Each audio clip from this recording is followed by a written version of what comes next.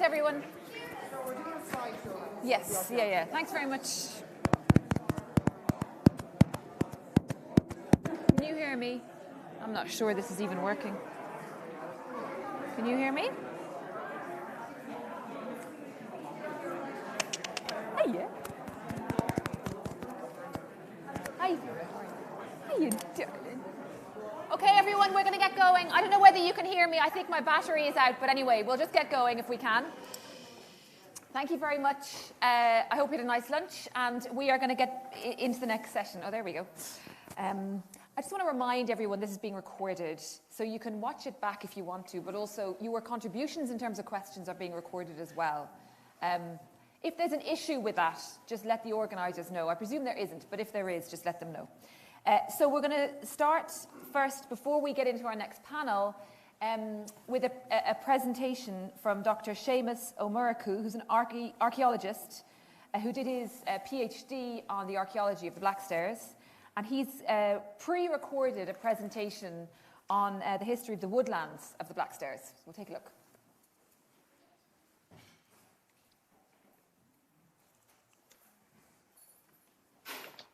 Hello, my name is Seamus O'Muraku, and I'm an archaeologist who carried out PhD research on Blackstairs Mountains between 2012 and 2015, which was funded by Archaeolandscapes Europe. And in this presentation today, I'm going to present just a few examples of the history of woodland cover in the Blackstairs Mountains, based primarily on the documentary and archaeological evidence. And I just want to be clear from the outset that the views expressed here are my own, based on previous research, and are not to be interpreted as the views or policies of the Forest Service, Department of Agriculture, Food and Marine, who I currently work for. So when describing the Blackstairs Mountains, one of the buzz terms that's often used to set it out as a special place, indeed most upland landscapes in Ireland, is that it's an unspoiled landscape. The Blackstairs, like many upland areas, are presented as a way to escape the human landscape and to step out into the wild. So we have just some examples there on screen where this unspoiled area view has been used to advertise the Blackstairs as a place for tourism, an untouched area, or to object to or to make observations on developments, modern developments, which might alter this seemingly unspoiled landscape. But I suppose one of the first limitations with this view is that some parts of it are seen as more unspoiled than others. An archaeological survey shows that these aren't untouched landscapes or unspoiled entirely, but that they have been shaped by human interaction for thousands of years. And the evidence for that is in the features ranging from Neolithic tombs and rock art, likely Bronze Age or Iron Age stone rows and hill forts, early medieval ring forts, medieval moated sites, through to post-medieval field systems. And then there's features such as hut sites, standing stones and cairns, which could date to any period within that range. So the present farmers, landowners, commonage owners are merely the current custodians of a landscape which has been shaped by thousands of years of human farming and cultural impact on the landscape. And one of the ways we can study human impact on the landscape is in shaping the landscape is through pollen studies. So palynological investigations elsewhere also highlights the impact of human activity in shaping the upland landscapes we see today. So the example I have there on screen is from a recent paper by Professor Michael O'Connell in NUI Galway on pollen analysis from the uplands of Connemara in County Galway. And one of the prime features to pick out from it is the rise of grassland species over time and the decline of woodland species over time. But it shows that ancient and historical woodland cover in the uplands was far more extensive than it is today, and that woodland loss in the uplands, as indeed across all of Ireland, was a direct result of human intervention. Pollen records in southeast Ireland are limited in general, but one we do have is in the Comeragh Mountains in Waterford, and that notes a strong presence of woodland in the 11th century, with the exception of hazel as an example. My predecessor, the late Dr. Eileen Riley, speculated that the decline of this particular species may be linked with the high demand for hazel timber in house building in the expanding town of Viking Waterford, some 30 to 40 kilometres to the west of Viking Waterford. But the southern extremities of the Blackstairs Mountains are equidistant. They're about 30 kilometres distant from Viking Waterford, and they're also hydrologically connected via the Barrow. So is it possible that they also sourced South Carlow or Northwest Wexford timber as well? Unfortunately, there's no pollen records in the Blackstairs Mountains as far as I'm aware, and that's partly because we don't have lakes, we don't have the same level of deep peat deposits that are found in other Irish mountain ranges. Where we do have surviving deep peats, they're mainly on the mountain summits, and the historic deep peats on the slopes and the valleys have largely been removed by erosion, burning, or turf cutting. Now, an important point is that the Drummond Bog project are this weekend presenting the preliminary results of a fascinating research project, which included sampling of the peat there and will offer a major contribution to our understanding of the past landscape cover in the Blackstairs Mountains and the Barra Valley region. But while we await those further results of that project, to date we've had to rely on other sources. And one of those sources is place names. So as we know, townlands are the smallest administrative unit in Ireland, and there's 78 townlands in the Blackstairs. Townland names were anglicised phonetically in the early 19th century, so a lot of them mightn't make too much sense today. But by looking at the original Irish names for the townlands, they're often descriptive of the landscape. So the ones we're obviously going to be most familiar with are some of the more common ones, like Rath, which means fort, Bally from the Irish Balia, which means place or town, Loch from the Irish for lake, Knock from the Irish Canuck for hill. And then Kill is an interesting one because it can mean refer to woodlands from the Irish Quill or Kyle, but it can also refer to a church site or a monastic site from the Irish Kill. And so there's a little bit more research needs to go into the interpretations, but sometimes we can make those interpretations a bit more firmly based on the archaeological or the documentary evidence. So some of them refer to woods specifically, woods in general, such as Crana from the Irish for crown, Cran, Ross or Russ, which is also another name for woods. Or else it can refer to specific types of trees, such as Calentra, which means from Irish holly, for quillen, Knockandran, which comes from Draniach, which means blackthorns, or Drana, again from the Irish Draniach for blackthorns. Another source we have are cartographic evidence or maps. So some of the earliest maps we have are usually not detailed enough to identify historic woodlands. By the 17th century, some maps have indicated the presence of woodlands, but nothing precise unless they're specifically named. Now, in the mid-17th century, as we know, we have the Cromwellian conquest of Ireland, and as part of that, lands are seized from the Irish or the Old English owners, and these are used to pay the adventurers and the campaigners, funders. But before the confiscated land could be divided up, they needed to know its value, so a land survey was carried out in the 1650s known as the Down Survey. And these are amongst the most detailed maps that have been carried out to date in Ireland, and they're done at a series of scales. So some of them, the small scale would be the county maps, and they show some historic. So larger scale maps were also carried out of various administrative units, and the examples I have there on screen shows woodland cover, or extensive woodland cover, in the area around the townland of Crana on the western slopes of Mount Leinster.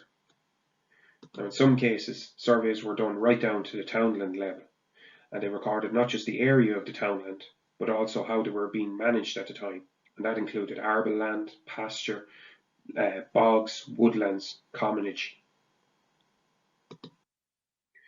So if we plot those mid-17th century landscape character descriptions across the Blackstairs, we get a picture of how the slopes and the foothills were being managed in the mid-17th century. And what's immediately striking, I suppose, on the first hand, is the amount of arable land in comparison to the area of arable land cover today. Secondly is the number of townlands with woodland. So there's about 40% of the Blackstairs townlands have at least some woodland cover recorded in the mid-17th century. And if we overlay the names of the townlands which refer to woodlands, again such as Crana, Cran, Knockandran, it's also notable the amount of them which correspond to areas which were still wooded, or at least partially wooded, by the 17th century. Documentary evidence also refers to woodlands. So just a few examples include one of the earlier ones is the 12th century hagiography, The Life of St. Moling, which references a dense forest in a very rugged valley in the vicinity of St. Mullins monastic site. And the Cistercian specialist Dr. Bridget Lynch has speculated that this is in the vicinity of Glynn, in the southern foothills of the Blackstairs. There was a meeting between Dermot MacMurrough, famous obviously for inviting the Normans to Ireland, and the High King of Ireland Turlough O'Connor in the 1150s at a place called Dirra an Gowlan, which means the wood of the forked oak, and that's identified as the western slopes of the Blackstairs Mountains in the townland of modern-day Gowlan. The Norman divisions of Wexford include references to a large area known as the Duffrey on the eastern slopes of the mountain range, and that name derives from the Irish dove tear, or black or dark country, and that refers to a large expanse of very dense woodland. In the 13th century, King Richard II led a campaign in Ireland against the then King of Leinster, Art MacMurrough Kavanagh, and there's descriptions of how he almost trapped him in the woods of Laverock on the northern slopes of Mount Leinster, and there's descriptions of them cutting down the woods to get the armies through. And the example there on screen is a contemporary depiction of Art MacMurrough riding out at these dystopian woody hills to meet the English forces. And then it ranges right up until the mid-19th century, with newspaper descriptions of woods, in this case an arson attack by local farmers on the woods of the Cavanaghs on the western slopes of Blackstairs Mountain in the area around Ballybeg. By the late 16th century, woodland cover in Ireland was declining rapidly. So much of the surviving woodlands were being cleared largely for charcoal production to be used in iron smelting and production. But the woodlands were also being cleared for timber and the construction and shipbuilding as part of the expansion of the British Empire. And we have direct evidence for this in the Blackstairs in the form of charcoal platforms all across the slopes of the mountains, where nearby trees would have been felled and used in the production of charcoal. So the charcoal platforms, their very presence indicates that woodlands were in the vicinity, because they would not have been dragging the timber upslope. They would have been sourcing the timber in the immediate vicinity. Woodland clearance was also carried out as part of estate management and the improvement of land for agriculture. And the last wolf in Ireland was killed in 1786 on the slopes of Mount Leinster as part of this phase of activity. So by the 19th century, most of the Irish landscape was cleared of woods, except for pockets on the landed estates of the gentry. And you can see that, an example of that in the 19th century drawing of the Blackstairs in South Carlow from Milford, with only the pockets of woodland on the estates of the Alexanders. By the mid-19th century, when the entire country was mapped on a large scale by the Ordnance Survey of Ireland, the landscape had largely taken the form we see today: field enclosures in the foothills and the lower slopes, unenclosed rough pasture and mountain, and a landscape that's almost entirely devoid of trees. So at the turn of the 20th century, forest cover in Ireland was at about 1%. Throughout the early 20th century, the state carried out afforestation works, often of marginal upland areas, which were otherwise considered unsuitable or limited for agriculture. And that, coupled with private afforestation, which also took place, saw the forest cover expand in little over a century from 1% to about 11%, which it is today. And the map there on the right shows the extent of that modern cover in the Blackstairs. But it's also almost entirely non-native conifer species that's being managed on a programme of phased thinning works and then later followed by clearfell and replanting. Some of this is owned by the semi-state company Cuilche. However, other parts of it is owned by, and increasingly being owned by, private landowners who are turning to forestry as a way to diversify their income and as an alternative source of managing, means of managing their lands. And again, for the most part, it's non-native conifer species that are being planted. Like many upland areas as well, there's also opposition to afforestation in the uplands, because it's seen as disruptive to an otherwise unspoiled landscape where, in some cases, it's believed that trees don't belong. But as we've seen, that view is where trees don't belong in the mountains is largely an inheritance of a 19th century or a Victorian landscape. The conifer upland plantations today are largely fenced off, sometimes sterile, sometimes with recreational tracks or trails through them. But historically, woodland use was much more integrated into the overall landscape use.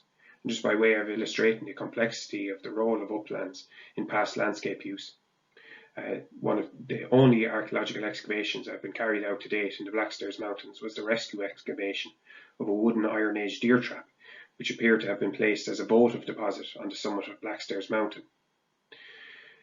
Woodlands were used for grazing and pannage, for timber production, shelter for livestock and dwellings, but also places of refuge in troubled times. And they were also used as a food source, both for hunting wild game and for plants. So just to conclude, people value this landscape because it's seen as unspoiled and natural. Others value this same landscape because the way they farm it offers a livelihood, as it has done for countless generations before them. But what's this baseline landscape we're trying to protect? The Blackstairs Mountains we see today are the product of thousands of years of human activity. This included the management and later entire clearance of ancient and historic woodlands. So any future management strategy should consider what has gone before, while also taking modern concerns such as water protection, biodiversity, and high nature value farming and tourism into account.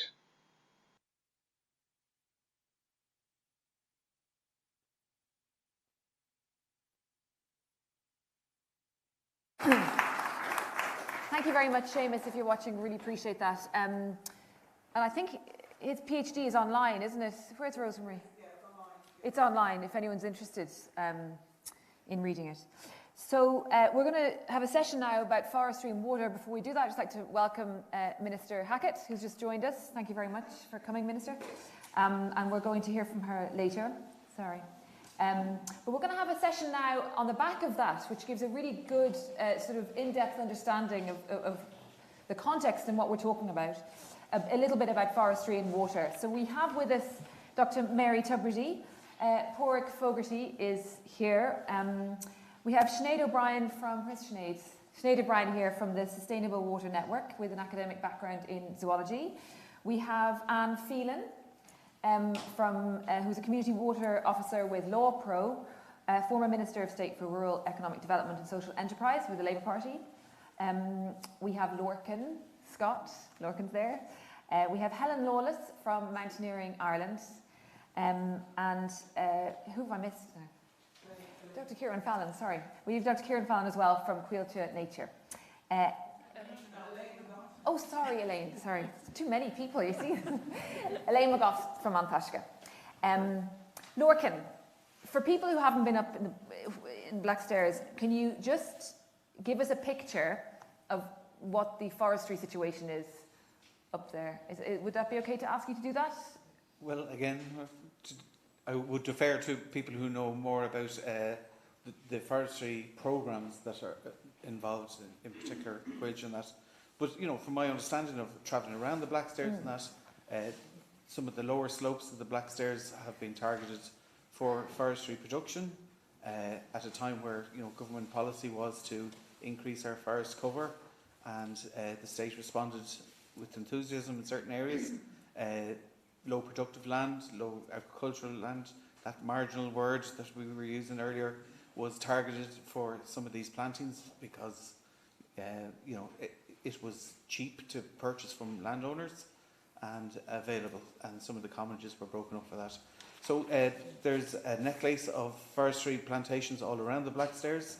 That's not unusual throughout the country. And it's interspersed then with some very important native woodland. You know, there's pockets of woodland along the river systems that come from the Blackstairs, and they're networked to wider woodlands in the lower reaches heading down to the Barrow River Valley is still quite nicely wooded in places, and would include places like Barrow's Estate where there's some really important deciduous woodland there. So they're all still connected. The grazing regime in the Blackstairs, you know, it would be very much kept in heath and heather generally, but as farming became less intensive and people were going to towns and part-time farming came in, the few farmers that were full-time left in the uplands weren't able to manage all there. So you can see a creep of regenerative species appearing in the landscape now in certain areas. So that's also a feature. So they'd be the sort of pulls and pushes that I'd be aware of. Okay, and thank you for that. And Mary, we don't have any farmers on the panel, So if I can ask you, what in general are farmers saying about the forestry in the area? Do they have, you know, a sense, for example, on the Cuilcha sites of, you know, how it interacts then with their land and the way they can farm? Yeah, I mean, my experience in forestry in the uplands would be in Wicklow, actually, particularly, as well as the Blackstairs here, and there probably are the same issues. Farmers, when Cuilcha planted the forestry, what, 40, 50 years ago, it was obviously an economic boost to the area. You know, they bought the land and they provided employment to plant the trees. So that was a positive thing. They also put in fire breaks actually around the forest, which were also kind of useful at the time. But since then, I think in general, farmers don't, a lot of them would not have a very good relationship with Cuilcha, okay? Fencing, you know, there'd be problems with fencing.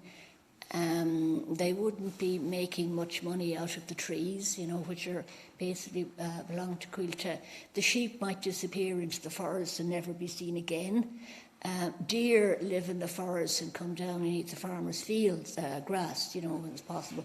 So it's a slightly not a very smooth relationship, Ella. That would be how it is. Is it possible to give an idea of what they would like in terms of their ideal scenario of forestry, or is that too general a question? Well, it's a good question, because we did some work in Wicklow actually on forestry, the planning of forestry in Wicklow, and I think what we tried to do with the Wicklow Uplands Council, that was the local community development group, look more at sort of a circular economy with regard to forestry. Okay, we've all these trees here in Wicklow. Can we be making money out of the products, you know, which come from the forestry? So there was an interest in developing small industries in relation to forestry. And there was also an interest in promoting private forestry. And the local community group sort of set up a woodland producers group, you know, so that the people could cooperate with each other.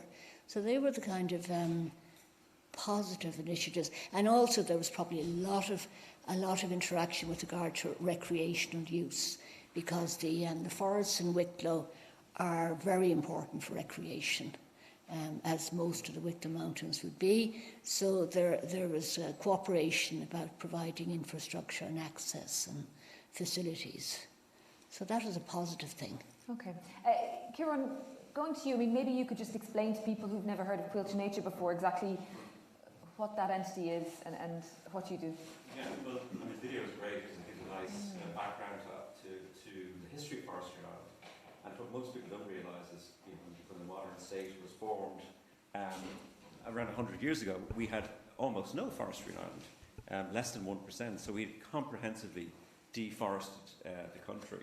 So a young state, a very poor state in the middle of the last century, began to afforest directly through the Department of Agriculture and its predecessors. So Cuilcha was set up in 1989, so it's only 32 years old as a company. It was set up to provide a commercial return on the state's investment in forestry. So it's a commercial semi-state company. So coming up to the 30-year anniversary, which was in 2019, the board of the company was looking at its past and reflecting on its past and looking to the future. And Cuilcha Nature was set up to work on major biodiversity and climate change projects. So we do a range of projects. One people may be aware of is the Dublin Mountains conversion, which is taking 910 hectares of plantation forestry around Dublin City, which was planted when Dublin was a much smaller place. And now these forests are effectively a recreational amenity for the city. And it is the conversion of that into a nature and recreation forest over time. It's a very large area, 910 hectares. We're doing about 100 hectares of work this year on it. So it'll take over a decade to complete. We're doing a major project on Western peatlands, 2,100 hectares of conversion, peatland restoration project in the west of Ireland. Very big project with Bord na Móna on cutaway bogs, trying to find a solution to the cutaway bogs. And then also a native woodland afforestation program that's involving combining the very substantial Department of Agriculture incentives for native woodlands with private finance as well to try and build a big native woodland estate. Because as Lorcan mentioned, we've about 11% of forest cover in Ireland. That is nearly the lowest level in Europe. It's ourselves, Netherlands and Malta at the bottom of the table. The European average is about 37% and it's 11% here. But within that 11%, much smaller percentage, in or around slightly less than 2%, are native Irish trees. So most of our forestry is very young forestry that was planted in the last century with a production focus to try and start from zero and kickstart a forest estate. So that's the history of it. How do you pick where to work? So, for example, a Quilcha Nature project in the Blackstairs. How could that happen? We'd have to visit the site and understand it. I don't know the Blackstairs very well. I was delighted to be invited to come along today and learn about the project. But we'd have to come and look at the site and understand it better. Simple as that. I haven't had an opportunity to visit it. How we pick our projects is we have a finite amount of capacity, but we try to pick really large projects of scale. There are some fabulous projects going across the country run by local community groups and by NGOs and stuff, and are doing wonderful work. What we're trying to do is, when you realise the scale of the climate change and biodiversity crisis, we're trying to do very big projects that nobody else can do. So projects with large budgets and very large areas. Most of our projects involve several hundred hectares of land. So I simply don't know the answer. I need to go and visit the site, understand it a little bit better. So you want big acreage to be able to have that impact? Absolutely, yeah. Absolutely. Thank you. Alan, just explain a bit about LawPro for people moving into the water space, which is not in any way unrelated to forestry, but just explain what LawPro is. Just to say that LawPro is called the Local Authorities Waters Programme. It was set up under the Water Framework Directive, and you had a little bit of discussion this morning about the Water Framework Directive, which is an EU directive that all of the member states, of which Ireland is a member state, that we draw up what are called river basin management plans for our catchments in Ireland. So that's how we look after our rivers and how we deal with our water resources, and that is excluding our drinking water resources, because Irish Water is the agency responsible for that. LawPro deals with all of the natural water bodies, and these plans run in 6-year cycles.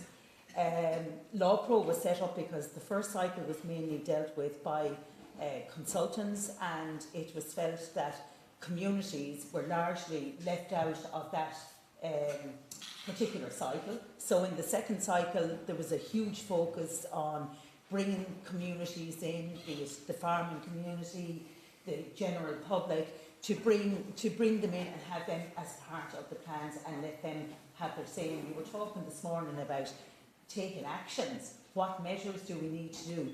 Well, one of the measures you really need to do is to get involved. Get involved and have your say. And there is another, the third cycle of the River Basin Management Plan is about to kick off. We will be doing public meetings all over the southeast, starting on the 2nd of November. So that is really where people, if you're talking about influencing policy, come along to those meetings, have your say, make your submission and get it into the plan, and get the plan to work for us, because we're the community, and only people make plans work. We can have all the plans you like, science, data, everything we talked about this morning, but without people, that won't work. And are you seeing at the local level of that kind of involvement a significant number of people getting involved? We're starting to see it, Ella. It's a slow process, and water quality is sometimes a little bit abstract, for people to get their head around it.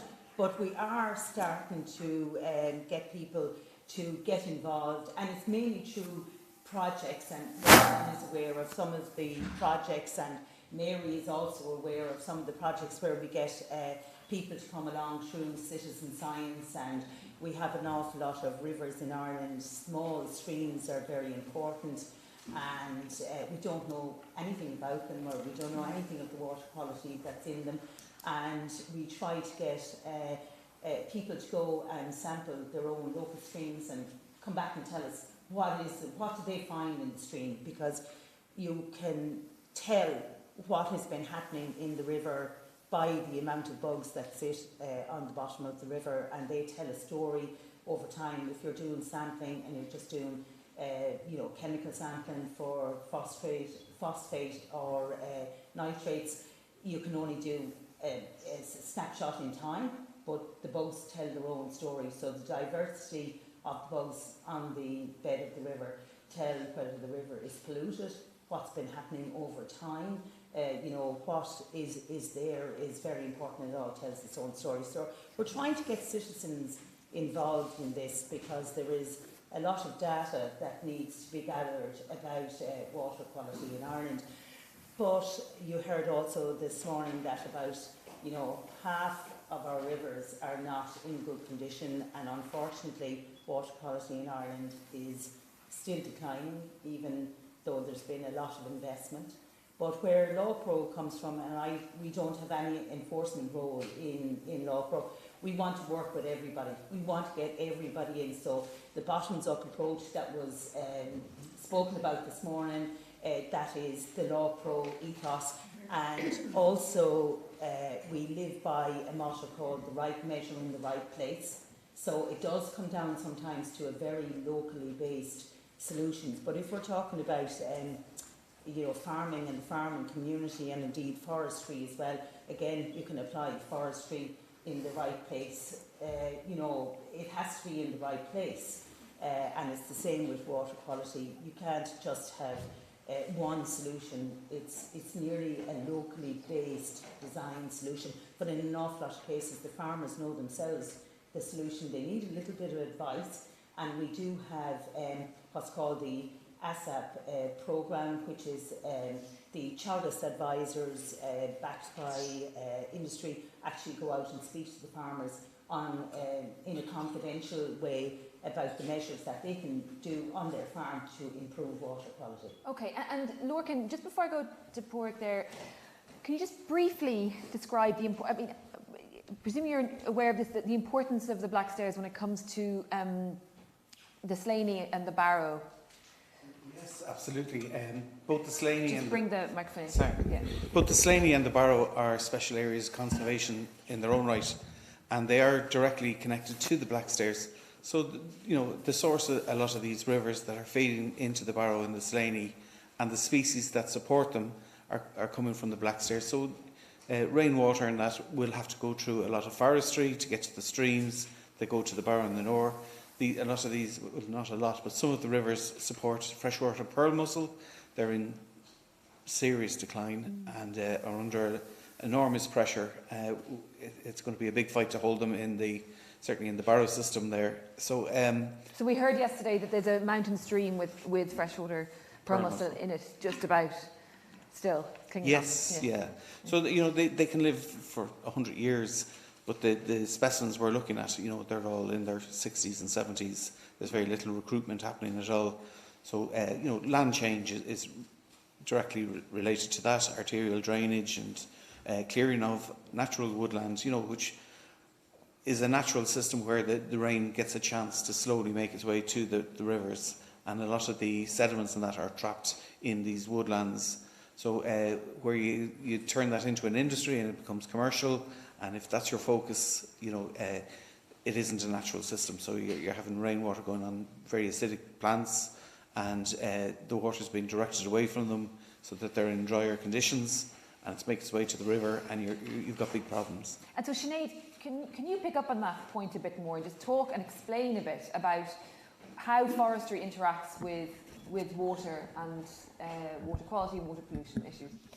So yeah, I might start and then I might hand over to Elaine, because Elaine does a lot of work in this, and Natasha as well. From a general point of view, forestry is like in the top 4 of the pressures. So if you look at the survey work that the EPA have done on all of our catchments, forestry, it's not in the top 2. They're agriculture and wastewater treatment pollution, but forestry is number 4. It's about 15% of our water bodies are impacted by forestry. So that doesn't sound too bad, but it can have like very significant impacts locally.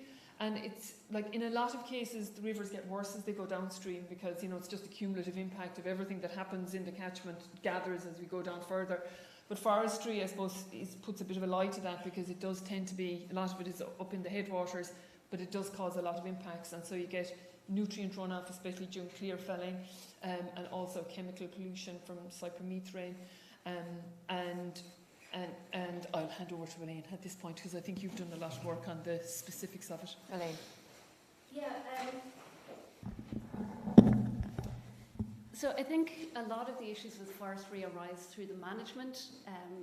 So in a lot of cases for the high status water bodies, it's what you'd call legacy forestry. So Cuilcha afforested a lot of the land in the middle of the last century, and I think they would acknowledge themselves that they're very much the wrong tree in the wrong place under the wrong management. They put them on deep peat soils in really sensitive catchments, and what you're getting now is clear felling, where they'll go in and they'll take down hundreds of trees in one go. It looks like somebody dropped a nuclear bomb, and that leads to huge sediment runoff into rivers, which often host freshwater pearl mussels, so they're just decimated by that. So what we really need to see is the legacy forestry being dealt with. Now there's an issue because legally, if you remove trees, you're legally obliged to replant them.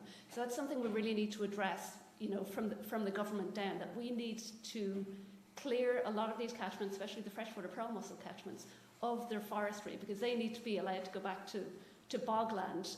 Any sort of trees, even if you had the most amazing forestry in the world under the perfect management, if they're put in the wrong place, like in a very sensitive freshwater pearl mussel catchment, they're going to lead to damage. We're going to see those freshwater pearl mussels decline and die.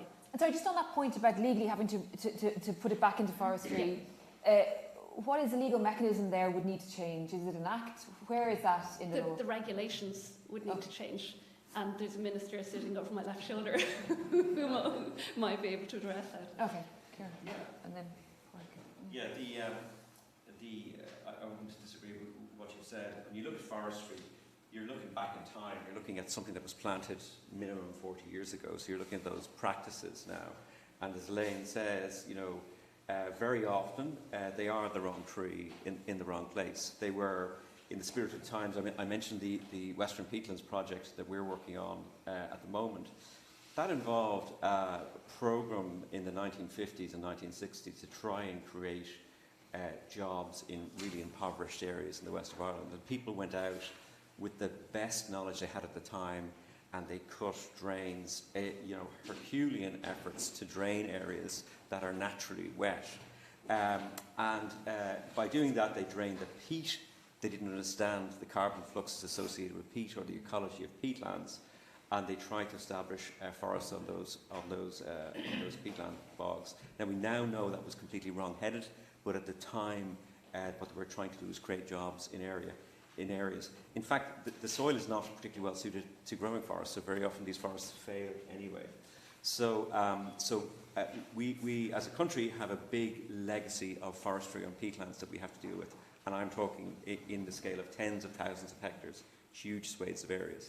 So as Elaine mentioned, the forestry is governed by a consenting process, which is analogous to the planning process. So you have to get consents for felling, for planting, for roading to extract timber.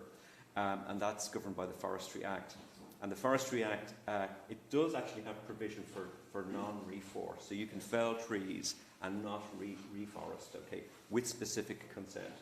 And when we're working in those Western peatlands, we'll be seeking that consent in many places, not to put trees back in because it's inappropriate in those areas. So it's possible within the Act to do it. The reason the Forest Service have the normal reflex to replant is because we have such a low level of forest cover in Ireland.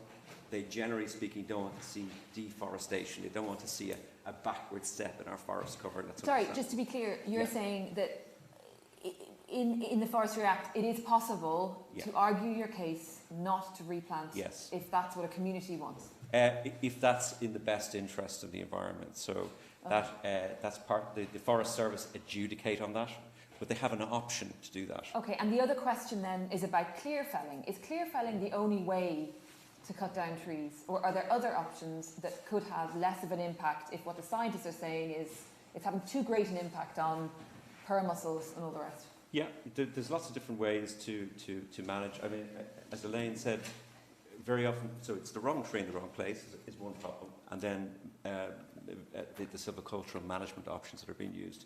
So there's all sorts of silvicultural systems, low impact silvicultural systems, continuous cover forestry and so on. Lots of different ways of doing it. When you do plant, and if you want to move to those ways, you have to move to them. It's best if you move to them at the point of planning forest. So let me explain. If you plant a forest in the Dublin uplands, where we're doing a lot of work at the moment, we're often dealing with forests that were all planted on the same day. So they're the same age forest. It's a monoculture of mono-aged forest. And if you try to convert that to CCF, and we're trying to do it, we're doing our best in areas, it's highly problematic. CCF is continuous cover forestry. A big part, continuous cover forestry. So that's select removal of small number of trees over years. But when you try to do that in a forest that has been planted at one age, one culture, all those trees have grown up with a very shallow root plate. They've grown up beside each other with lots of support from wind.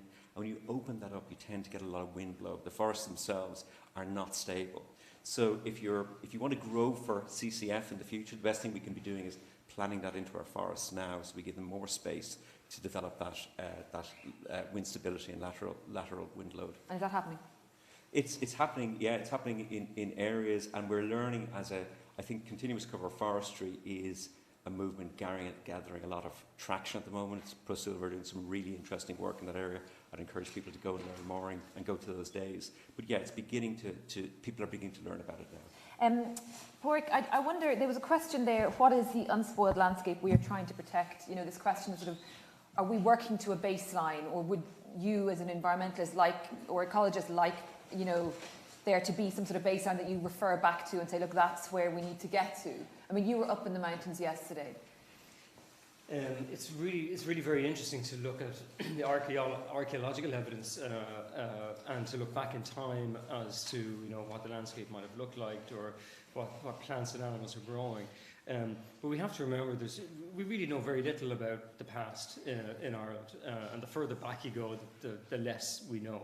So trying to rebuild the past, I don't think is an option. Now, there is this idea of rewilding, and rewilding basically puts the ball into nature's court.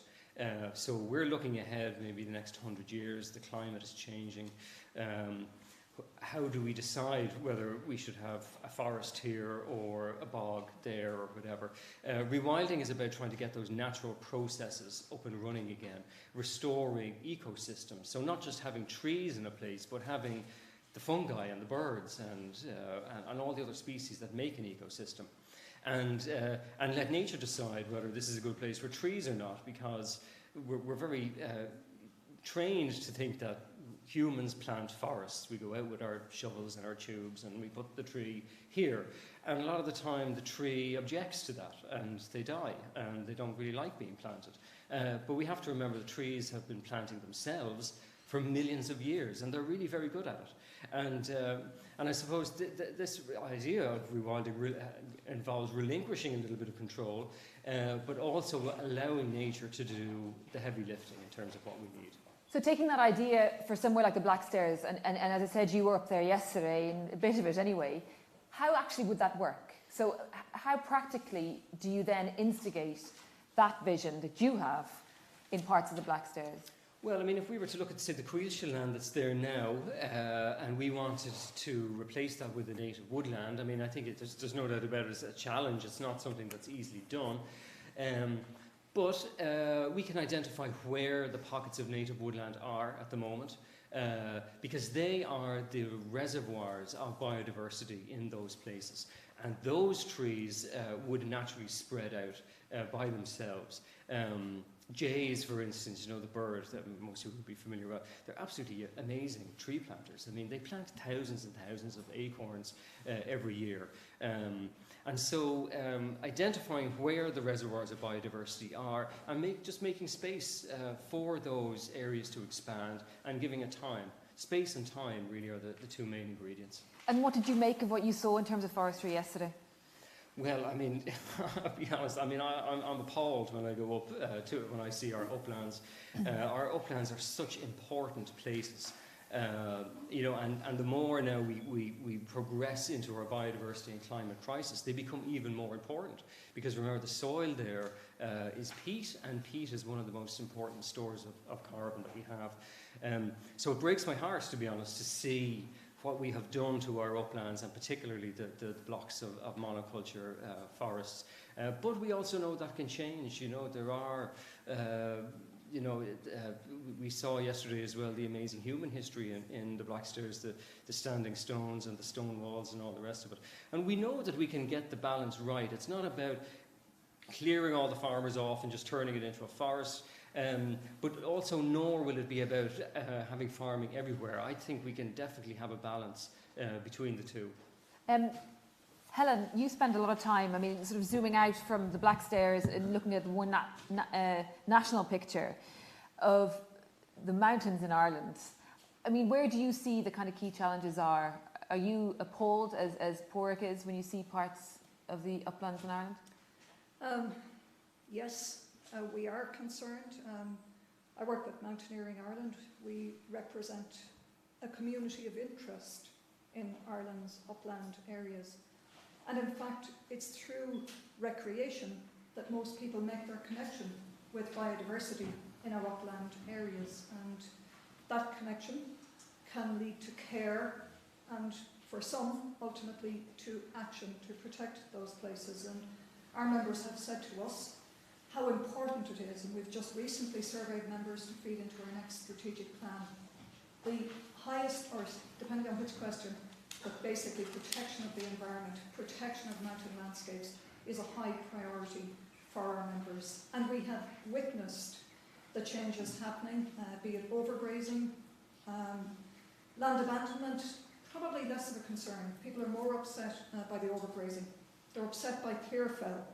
And while it's interesting to consider the difficulty, the challenge of putting native woodland on deep peat, Kieran has acknowledged that we planted more than a fifth of our forestry research shows is unsustainable and uneconomic. Planting on deep peat necessitates the use of fertilisers as well, so it has knock-on impacts on water. Scottish forestry doesn't automatically replant on deep peat. In fact, what they're doing is they're moving to restore the peat. That's certainly something we would welcome. Our conversation earlier about agricultural policy is interesting too, because we talked a lot about ecosystem services, and I won't repeat what was said earlier, but I would like to highlight that recreation is an ecosystem service, a cultural service within the ecosystem services framework. And I'm conscious, having looked at the CAP consultation just recently, I see it's not being recognised in Europe that recreation fits within the ecosystem services framework. But it was mentioned that we have greater member state control on our next CAP, and we would really like to see a way being found to accommodate recreation within the CAP framework, because that is the means by which we will allow people to experience nature.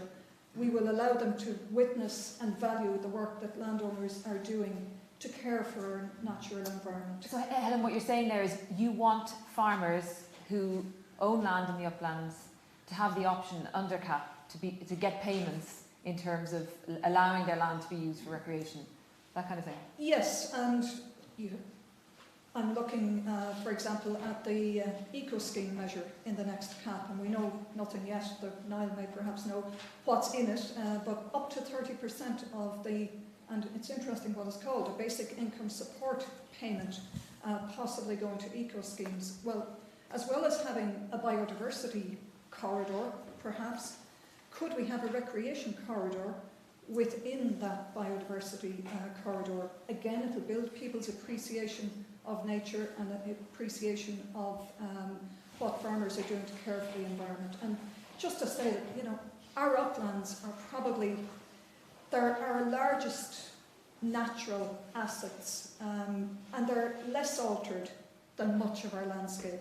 It is vital that we act now to not just to protect them, but to restore and improve that environment. These are environmental, cultural and recreational assets which we all have a responsibility towards. We all gain benefit from them.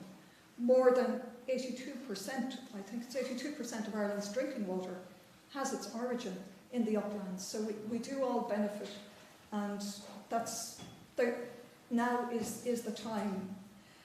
With uplands in particular, environmental schemes need to be on a landscape scale to have meaningful effect, and that requires collective action. And that's one of the things that's most interesting about today's event, because we have different interests, different voices coming together, and hopefully we will arrive at some shared vision for the future of the Blackstairs and our uplands generally. Thank you, Helen. And Sinead, can you talk a little bit about managing upland water resources and the opportunities there? I mean, we had an interesting discussion last night, didn't we, Micheál, of, you know, with the idea of how can if someone lives in the beginning of a stream that ends up as the Barrow, you know, what can they do in a sort of personal capacity, but also in terms of, you know, plugging into agencies and, you know, authorities and all the rest to find a way to protect the water quality. But can you talk a bit about the role of uplands in getting a head start, if you like, with water quality and stopping water pollution? Yeah, I mean, I think it's important because most of our high status waters are in the uplands, and we've had a catastrophic loss of them since the 1980s. I think about 90% of our very highest quality waters are gone. They're trickier to protect because they're very finely balanced ecosystems. They're low nutrient environments, and so they can be tipped over by any kind of activity. And so if you're a landowner or if you're lucky enough to live in the uplands, you have to be almost extra careful, because just a sheep that's been dipped crossing a stream can just wipe out, you know, the invertebrates in the stream. So you have to be very careful to protect the water courses, be very careful of your septic tank, be very careful of, you know, of overgrazing. But I think I'd like to sort of zoom out a little bit from the person living in the uplands, because really, and I think we touched on it this morning, it is the integrated approach, and Helen brought that up. And really the catchment has to be looked at in the round and in the whole, and also in the context of national policy. And so this new river basin management plan that's coming up and that's open is very welcome, because for the first time there's going to be 46 separate catchment plans, which makes it a lot more tangible for local people. For example, in the Blackstairs there'll be two. There'll be the Barrow catchment plan and there'll be the Slaney catchment plan. And so people who live on either side of the Blackstairs can be involved in one or the other of those, and get involved and have a look and see what's in that plan when it's published. And go to the meetings, but also get political, because just going along to the meetings and saying, oh, you know, I'm worried about my local stream isn't really going to be enough, because when the changes are really being pushed by national policy, so agriculture policy by forestry policy, you really need to be getting political, asking your local representatives the tricky questions. I would probably say this, but really getting involved with, you know, the environmental groups as well, and groups like SWAN that are really pushing and trying to change policy, and also challenging, you know, challenging government policy, especially in terms of agriculture and forestry. And, you know, and we really are up against it in terms of, you know, the policy direction that Micheál mentioned earlier. And so the more that you can support groups like us, I think, the more ultimately that we can get change. Now, I'm not saying it's not just that. Local action is needed as well, but we definitely also need support at the national level to get policy in a favourable direction. So just following on from what Sinead was saying there, and we can give a couple of examples actually, and one is with the Blackstairs. There is the National Federation of Group Water Schemes, and there is a very well maintained drinking source on the Blackstairs for Bunclody, and that is extraordinarily well maintained.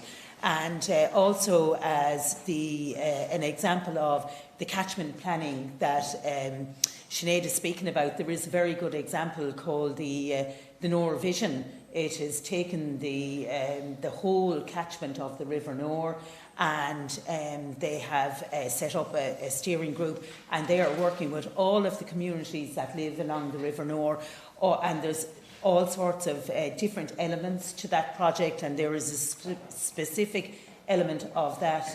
It's like a Rivers Trust that you spoke about this morning, and it works with everybody in the catchment from source to sea. Could that be replicated for upland headwaters in the Blackstairs? Well, there is an uplands project connected with the Nore Trust as well, so they are running pilot schemes, and perhaps if the Blackstairs people want to have a look at that, there is an uplands part to the Nore Vision. They could come and have a look at it and see can they replicate some of what they're doing. They're doing some great work. And as an ex-minister, I presume you'd agree with Sinead about the idea of getting political if you want change to happen? Absolutely. I think people sometimes don't maybe fully understand the power that they actually have, but you really do have to have your say. If you have a concern, or you have a solution, or you have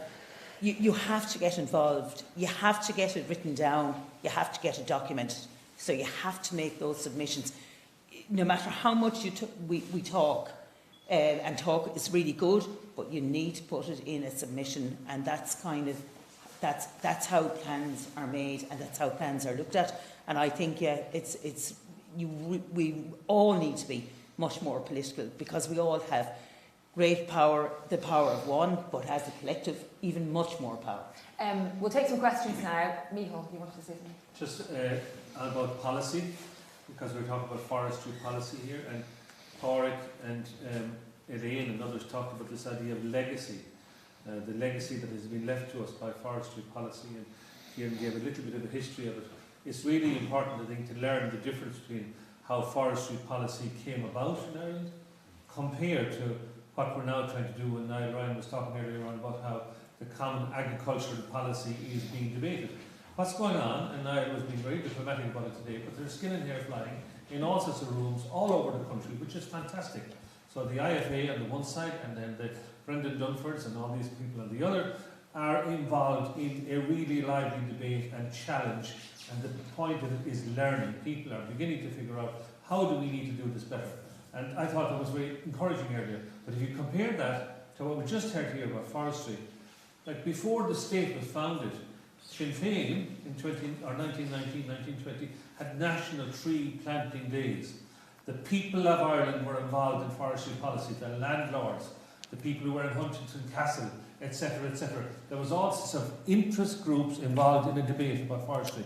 When the state was founded in 1922, that was shut down. The Department of Agriculture said, we're going to get our policy from the experts, God bless them, who were foresters from Scotland and from Germany, and there was no debate. It was not to be challenged.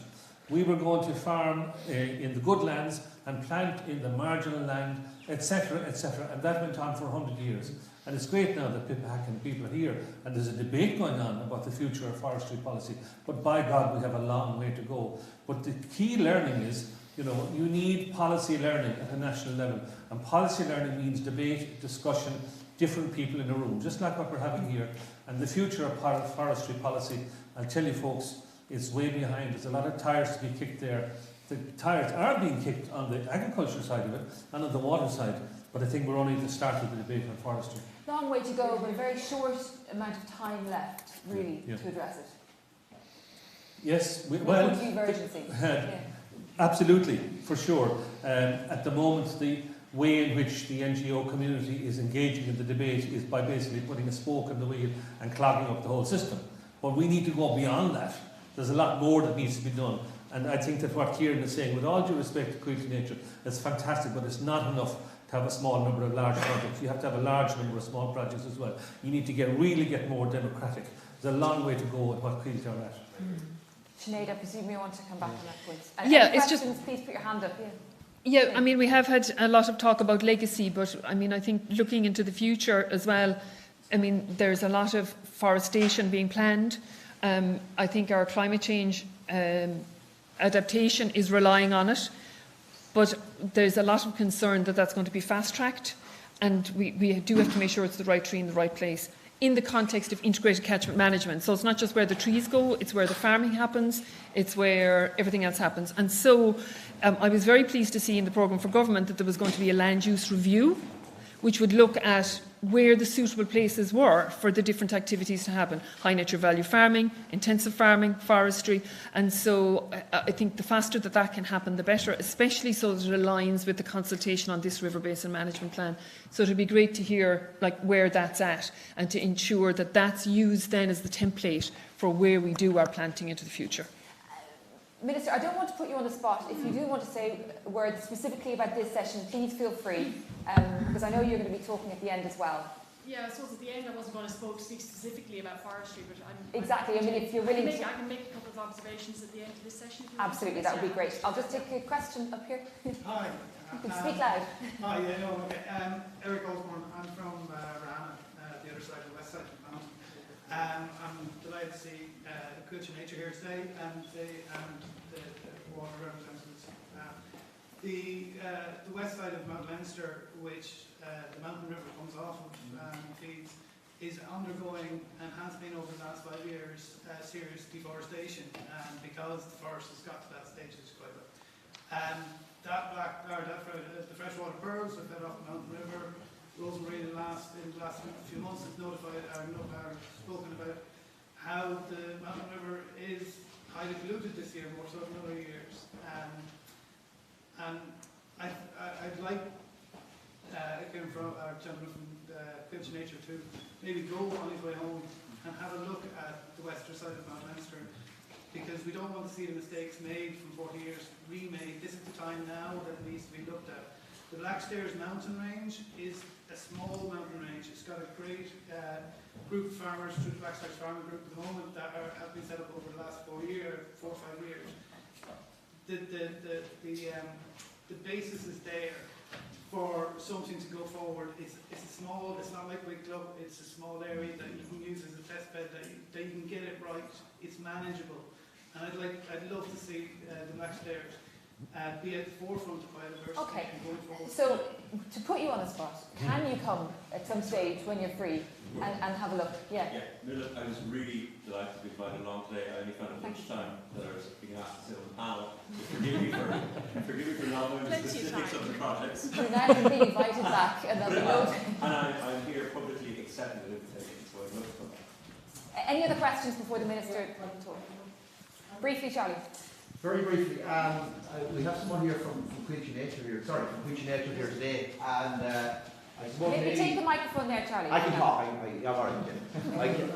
From I suppose from this group here, maybe where this group was born, maybe it was a reaction to look at nobody's mentioned here today, a huge wind farm that's proposed for Blackstairs Mountain. 7 windmills. I think they're maybe 177 metres high. So Culture Nature, very good. You have to do your job, which you are obviously doing your job in fairness. But Culture Nature coming in to an area, say this, maybe on the way home having a look at over Eric's house there in Rahana. But in the meantime, the same organisation is planting windmills 177 metres high in your face. So if you we have carbon, we have biodiversity. It is sort of the elephant in the room. There's no question about it. Nobody's really said it here today about the windmills. I've noticed that. But can we work the two? That's the question really. So I suppose you can't really answer that question because it's not a question you can answer now. But he's going to come back, and so I think I'm sure that discussion will happen. And I think, in fairness, that the wind turbine question, there is a process happening with that, and I'm not trying to stop you from talking about it. I understand completely. Yeah, I understand, but you have to remember this group was born from that. Understood, and he will accept And I've no doubt that Charlie will be there as well to be able to take you around. Do you want to respond to all, Kieran? No, Thank you, Charlie. He can't respond, really. I just said an observation. Absolutely. Anyone else got anything to say? I have a question from yeah. the online audience. It's for Kieran Fowler, really, for Green Nature. Kieran, according to Green's own records, they're planning to increase clear level on Mount Leinster in 2020 from a target of 40% to a target of 60%. So are there any corresponding plans by Green Nature to plant part of this area with indigenous species and restore the original blanket bog and dry heath habitat? No plans, as I've said. I'm really happy to come back and have a look at the area, but literally I think I listened today and there's only big ask that you on the panel. I don't have plans. Absolutely, and I think that's hugely appreciated that you have committed to doing that. Hugely appreciated. Okay, I'll just take one more question because I know time is up. So. Hi, my name is Patrick Rosen from Irish Doctors for the Environment. Just a brief point to make just in relation to Quilcha, and maybe a question we should start to ask ourselves is that they clearly hold the keys to huge potential ecosystem restoration in Ireland, the biggest landowners, etc., and responsible for forestry policy to some extent as well. It seems to me that these Quilcha Nature's ability to kind of expand and to be ambitious is limited, while the mandate for profit still exists within Quilcha, and every decision-making process seems to be ultimately determined by it. I understand, of course, we have to produce timber, but that doesn't necessarily mean the mandate for profit has to exist. And perhaps, do we need to think about separating its biodiversity kind of ambitions from its production ambitions, and is there just a fundamental kind of conflict of interests there? I think it's something we need to kind of maybe the minister. Pork, I'm sure you have an answer to that. Just briefly, if you can. Well, I mean, did you want to answer that, Kieran? How do I wouldn't mind. Sorry, Kieran. Yeah, absolutely. Yeah, look, it's been a couple of years since I looked at the original documents that set up Quilcha, but they're company incorporation documents. And I don't think there's anything in them that speaks to any of the things we've spoken about today about species, the right tree, the right place, or silvicultural practices. So I'm not sure. I have an open mind as to whether or not it needs to be changed. That's a political question. We have two shareholders, the Minister for Agriculture and the Minister for Finance, and that's their decision. But I have an open mind on that. The piece around profitability, I see no reason why we can't have a sustainable forestry company. I mean, forestry can be sustainable. So, and I actually think it's important that we keep it financially sustainable because it's a really capital-intensive industry and it covers a large part of the country. So, keeping it financially sustainable, I think, is important. And I look towards Quilchas of other European countries because in pretty much every country the states have an involvement in forestry. And the ones I think performing best are the ones that are sustainable. So they're actually businesses, sustainable forestry businesses. So I wouldn't necessarily see a polarity between commercial and these outcomes. I think there is a sustainable business to be made. So are you suggesting it's somewhere in between? I mean, you can have just pure profit, driving for pure profit, and you can have a range in between. It's a spectrum. Yeah. It's a spectrum. Finally, Pork, and then we'll go to the Minister. We're actually time up. So. Yeah, I think there is something that we can take from the history of Quilcha and how we decided we were going to increase our tree cover from 1 to 11%. I mean, that in a way was a great achievement. And the way that a poor country was able to create a vision and invest in it and create jobs in rural areas. We could do the same today to recreate our native forest ecosystem that includes commercial timber production. And what an amazing project that would be for the next century, for everybody in Ireland. I think it would be wonderful. Hear, hear. Thank you. Finally, Minister, would you like to say a few words before we break for coffee? Yeah, I think look, it's been really interesting to hear the commentary and the inputs and views here. I suppose none of them are really new to me to hear. I think when you look at forestry, I think if we can crack forestry, we'll be in a much better place for solving many other issues. I think because it is just look, I chair a forestry policy group with about 24, 25 voices from across the spectrum. And look, whether we're looking at water, whether we're looking at timber production, climate action, communities, amenities, biodiversity, uses of forestry. I mean, it's a broad church. I mean, I would even say probably even within the NGO sector, you could ask 5 different NGOs and they want something different from forestry or not. You know, it's a very, I suppose, polarised isn't even the right word, because it's much more multi-polarised than that. So I think the sector itself it's a tricky one to navigate. When you look at in terms of like Quilcha have 7% of the land, so the rest of the forestry is about 4 or 5% privately owned. When you look across Europe, it's largely privately owned and less state owned. So that's been our difficulty. There's a cultural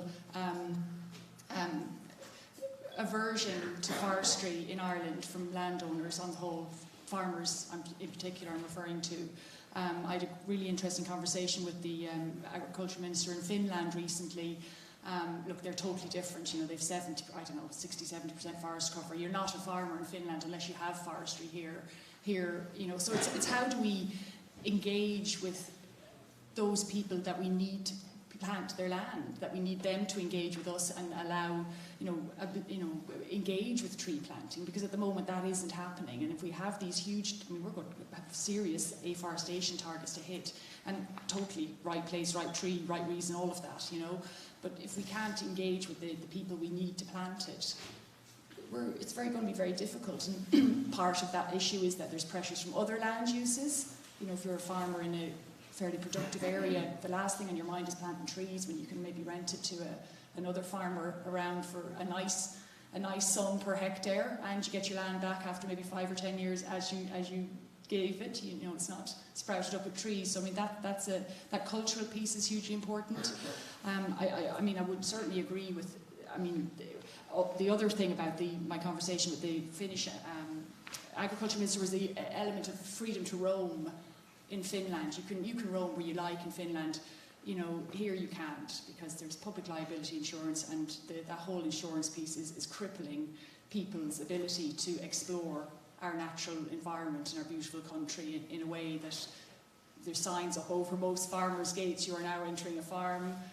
It's at your own risk, but it isn't, because if somebody falls over and twists their ankle on a farm, they can sue the farmer, and that's really what's happened, and that has shut down our country for a lot of people to roam, and I think that's something that certainly needs to be addressed, and something I think we should be addressing as a state. And I know there are some moves to do that, but I think on the whole, just to get I mean, we are on the cusp of a new forestry strategy for Ireland. Literally will be written over the next 12 months, less. So let's engage, let's get that buy-in, let's talk to the people again, let's see what people want. Because we as a state, the citizens of this state, need to decide what they want from forestry for the next 50 or 100 years. So as much engagement as we can do on that is what we need to do. Okay, thank you very much, Minister, and we will hear from you later as well. We're over time, and I feel like we could keep talking, but we need to have coffee and then come back. Porg is going to give a presentation, and then we have our final wrap-up session, kind of looking to the future. But please put your hands together for the panel. Thank you all very much.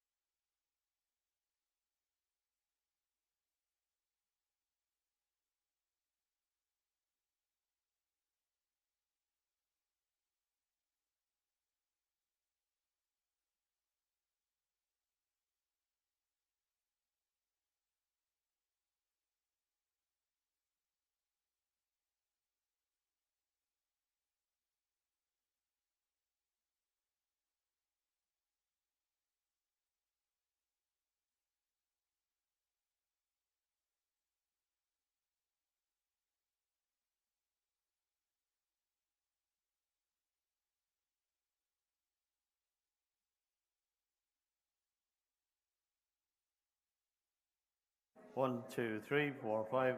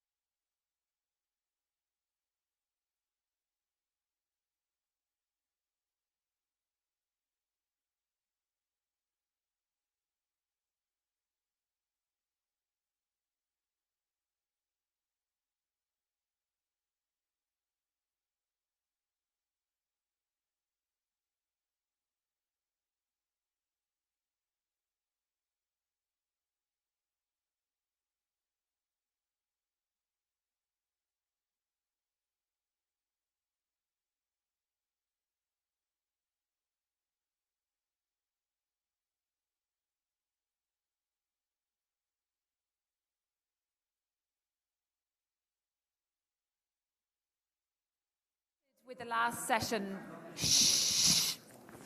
Thank you. Sorry for having to shush you there. We're going to get started into the last session, and we want to be in time then for the Minister's last remarks at 4:30. So I'm going to just introduce first Pádraig Fogarty, who's going to give us a vision for the future, and then after that there's going to be a kind of open forum, open discussion about the main kind of key points that we've heard. But Pádraig, hand it over to you. Thanks very much. Ella, will you keep an eye on the time for me? I will, just of course, so I don't blabber on too long. My microphone's working very good. Okay. Look, today has been really wonderful, and I want to thank the organisers in particular for putting so much work into today and having this conversation, which I think is a conversation that is going to be had in every parish and town and village in Ireland over the next 10 years at some point or another. And this is where the change will happen. Now, I was asked to present my vision, you know, but and funnily, I had actually put a lot of thought into this before Rosemary asked me to do this. A couple of years ago, I wrote a book about basically how nature was vanishing in Ireland, and a lot of people told me the book was very depressing, and I kind of thought, well, good, it should be depressing. It is depressing. If it wasn't, you know, I'd be really worried. But I was also then keen to really get to the heart of what our crisis is, and also what are the solutions, because I think we do have a good grasp of what the solutions are, and I think in particular in Ireland we have so much going for us here. But when I started at the beginning, I tried to figure out, you know, why do we have these big crises on nature and climate and water and so on. And I'd say things like, oh, well, we have, you know, we've been overfishing, and we've been, you know, planting trees in a certain way, we've been farming in a certain way. But then I asked, well, why have we been doing that? And you might say, well, that's, you know, it's the economic system that we have set up to do that. And I said, well, why do we have that economic system? And the more questions I asked, the kind of further back in time that you know, you have to go to find out why basically have we divorced ourselves from nature? Because that's really what has happened. That's really what's at the crux of our problem here. We don't seem to see that we are nature, that we're a part of nature, and that we can't just destroy nature and expect our own civilization to just go about its business, because nature is going down and it's bringing us with it. So it was really all about these connections.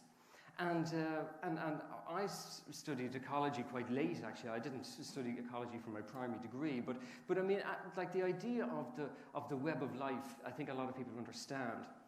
And it's all about connections. You know, we appreciate this idea that, you know, if we do something over here in an ecosystem, it's going to have an effect over here.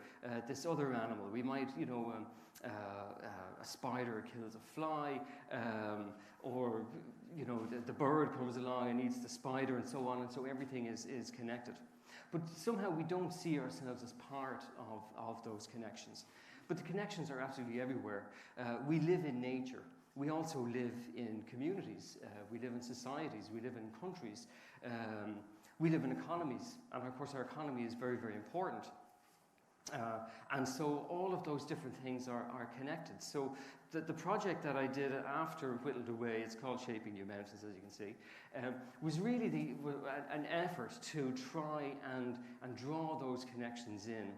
And one of the things that I remember kind of dawning on me was that when I did eventually go to college and study ecology, you know, we got this big fat book about ecology, and it was talking about energy, and it was talking about, you know, species and, you know, the processes that go on in ecology. But it was only at the very end that, you know, humans came into the picture. You know, there was a last chapter, you know, that went, oh, by the way, everything you've just read, first of all, it's rubbish, and two, we're more or less destroying all of these processes that we've just, you know, spent, you know, months and months learning about. I said, well, that seems to be completely the wrong way around. Surely we have to put ourselves in the picture. So the idea of Shaping New Mountains was really to put us back in the picture, and in an effort that we might reconnect ourselves with the nature that is all around us, reconnect ourselves with each other, with our sense of empathy with each other, and with maybe not only the people in the communities that we see every day and so on, but maybe people in other parts of the world that we will never meet. What are our connection to those people? And of course we know that globally there's enormous inequality, that there are people who are suffering from the climate and the biodiversity emergency that really had no part in creating the crisis in the first place. And we see that in Ireland as well. We have enormous inequality within Ireland, and we see it in different sectors in Ireland. And when you look at these connections, you really see that there is a strong line between what has happened to nature and frequently what has happened to people, or what has happened to whole industries. And I think in particular farming and fishing, which would be the two main land uses, commercial land uses that we have in Ireland. And so, without going into that more deeply, I think the solution, the big vision, is about reconnection and realization that those connections are there, and coming to terms with our relationship with nature, and hopefully building a new relationship with nature that recognizes our place in it, and that recognizes its intrinsic right to exist. Now, I also, as a second part to this project, I thought, well, like, what are the big ideas that we need to be looking at? What are the things that we really need to be doing on the ground? And so I decided, I can't really create a vision or communicate a vision on my own. So I went to an awful lot of people. What are you trying to say to me? Yeah, there it is. Yeah. So I went to an awful lot of people to help me articulate my vision. I went to farmers. I went to politicians, and Pippa actually was one of them in the room here. I went to island communities. I went to Aaronmore in Donegal, and I went to try and see what are the human stories behind these big ideas that I wanted to communicate. And I also went to an artist. I went to this chap, Jacek Maciak is his name. He lives in Dublin. He's a Polish artist, and he draws the most beautiful pictures of nature. And together we kind of thought, well, what are the, can we visualize, the landscapes of the future that we really want to create? So one of my big ideas was about, recreating the wild Atlantic rainforest. And we talked in the last session about forests. And no matter how we look at our environmental problems, we're going to need an awful lot more trees. We're going to need trees pretty much everywhere and in all kinds of circumstances. But I thought, like, recreating our forest ecosystem and a forest landscape, what an amazing project that would be for the country and even for our island. I think it would be a wonderful kind of cross, Northern Ireland Republic kind of effort to rebuild our forest ecosystem. And again, when we talk about climate change, we tend to focus an awful lot about trees and timbers, but of course the ecosystem is about so much more. And even if you're just looking at carbon, the carbon in that picture, the carbon is everywhere. The carbon is in the soil, it's in the animals, it's in the dead trees, and so on. Now the other project that actually is underway at the moment is the transformation of the Midlands. These worked out bogs that are now being re-wetted by Bord na Móna. And you'll see in the picture there, I have a crane, and amazingly, this summer cranes were recorded to be nesting in Ireland for the first time in over 300 years. And very interestingly, the crane nested on a bog that wasn't part of the Bord na Móna rehabilitation programme. So it shows just the amazing vitality in nature, in life, that this bird that hasn't been around in 300 years has found its way home, and all it required was a little bit of space. And that surely is a very powerful idea to think about, that this enormous force is out there waiting to be unleashed. Now, I also didn't want nature to be considered as something that just lives in the countryside, or that's something that's far away, or that's something that only can be found in national parks.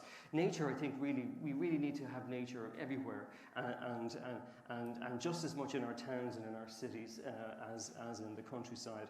And of course I looked at Dublin because that's where I live, and I tried to imagine, imagine what a wonderful city it would be if it was full of trees on the roofs of buildings, trees where we have car parks now. What if we had a marine protected area in Dublin Bay? What if the water in the Liffey was really clean and had lots and lots of salmon flowing up through them? All of those things are quite possible to do.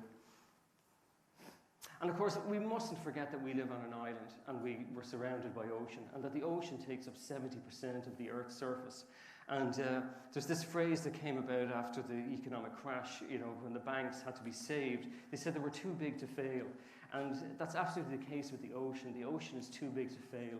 And we really have to get serious about protecting the ocean. But we know that if we create marine protected areas, the life has a chance of returning, and where it has been done before, the life has really sprung back. And we know that we can have small-scale, low-impact fishing. We know because that's the way fishing always was until relatively recently. Now, of course, the big debate in Ireland at the moment is around agriculture and farming and the place for people in our landscapes, particularly in rural areas. And I think one of the things that we have to try and do is diversify land uses in our country. And whether a particular field is going to be farmed, or whether it's going to be a forest, or whether it's going to be a bog or whatever, it depends on two things. It depends on that field, and it depends on the farmer who manages that field. And so the decision about that is going to be different in every circumstance. So what I would love to see is for farmers to really have the power to make those decisions over what happens in their land, whether they want to rewild a part of their land, whether they want to have some commercial forestry, whether we have orchards or grain or beef or dairy. But you see as well, we very deliberately put a lot of trees in this landscape, even in the fields that have cattle in them, because the trees really will be central to protecting. And this could be the Slaney coming down from the Blackstairs here, and you'll see the salmon and the freshwater pearl mussel. And one of the most interesting developments that I came across in my researches for this project was about regenerative farming. It was about the farmers who are questioning not only the system in which they work, but the system that's under their feet, literally the soil that is under their feet, and asking themselves, what's going on in the soil? What's going on with the biodiversity in the soil? And can we get that biodiversity back? And can that be a source of natural fertility for the animals I'm rearing or the crops that I'm growing? And many of them are finding that the answer is absolutely yes. And it means moving away from bags of fertilizer, and it means having healthier animals that are eating a much greater diversity of forage. And that's been wonderful because it hasn't come from a subsidy scheme, or it hasn't come from really an outside force. It has come from the farmers themselves, that they have engaged in this way with their soil. And so that's pretty much that's it. The project is online. It's on our website iwt.ie, and you can listen to it all there.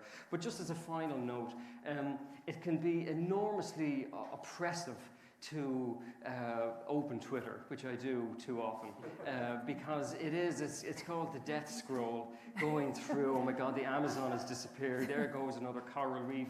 It's absolutely, it can be very much overwhelming. But then what I found doing this project was that Ireland is full of amazing communities like this one here. It's full of amazing people like all of you here. We have amazing scientists. And we have so much left, we haven't destroyed everything, and we have so much left to fight for. But I do think we need to fight for it. And I do think we can win that fight if we all have that vision of what Ireland could be like. Thanks very much.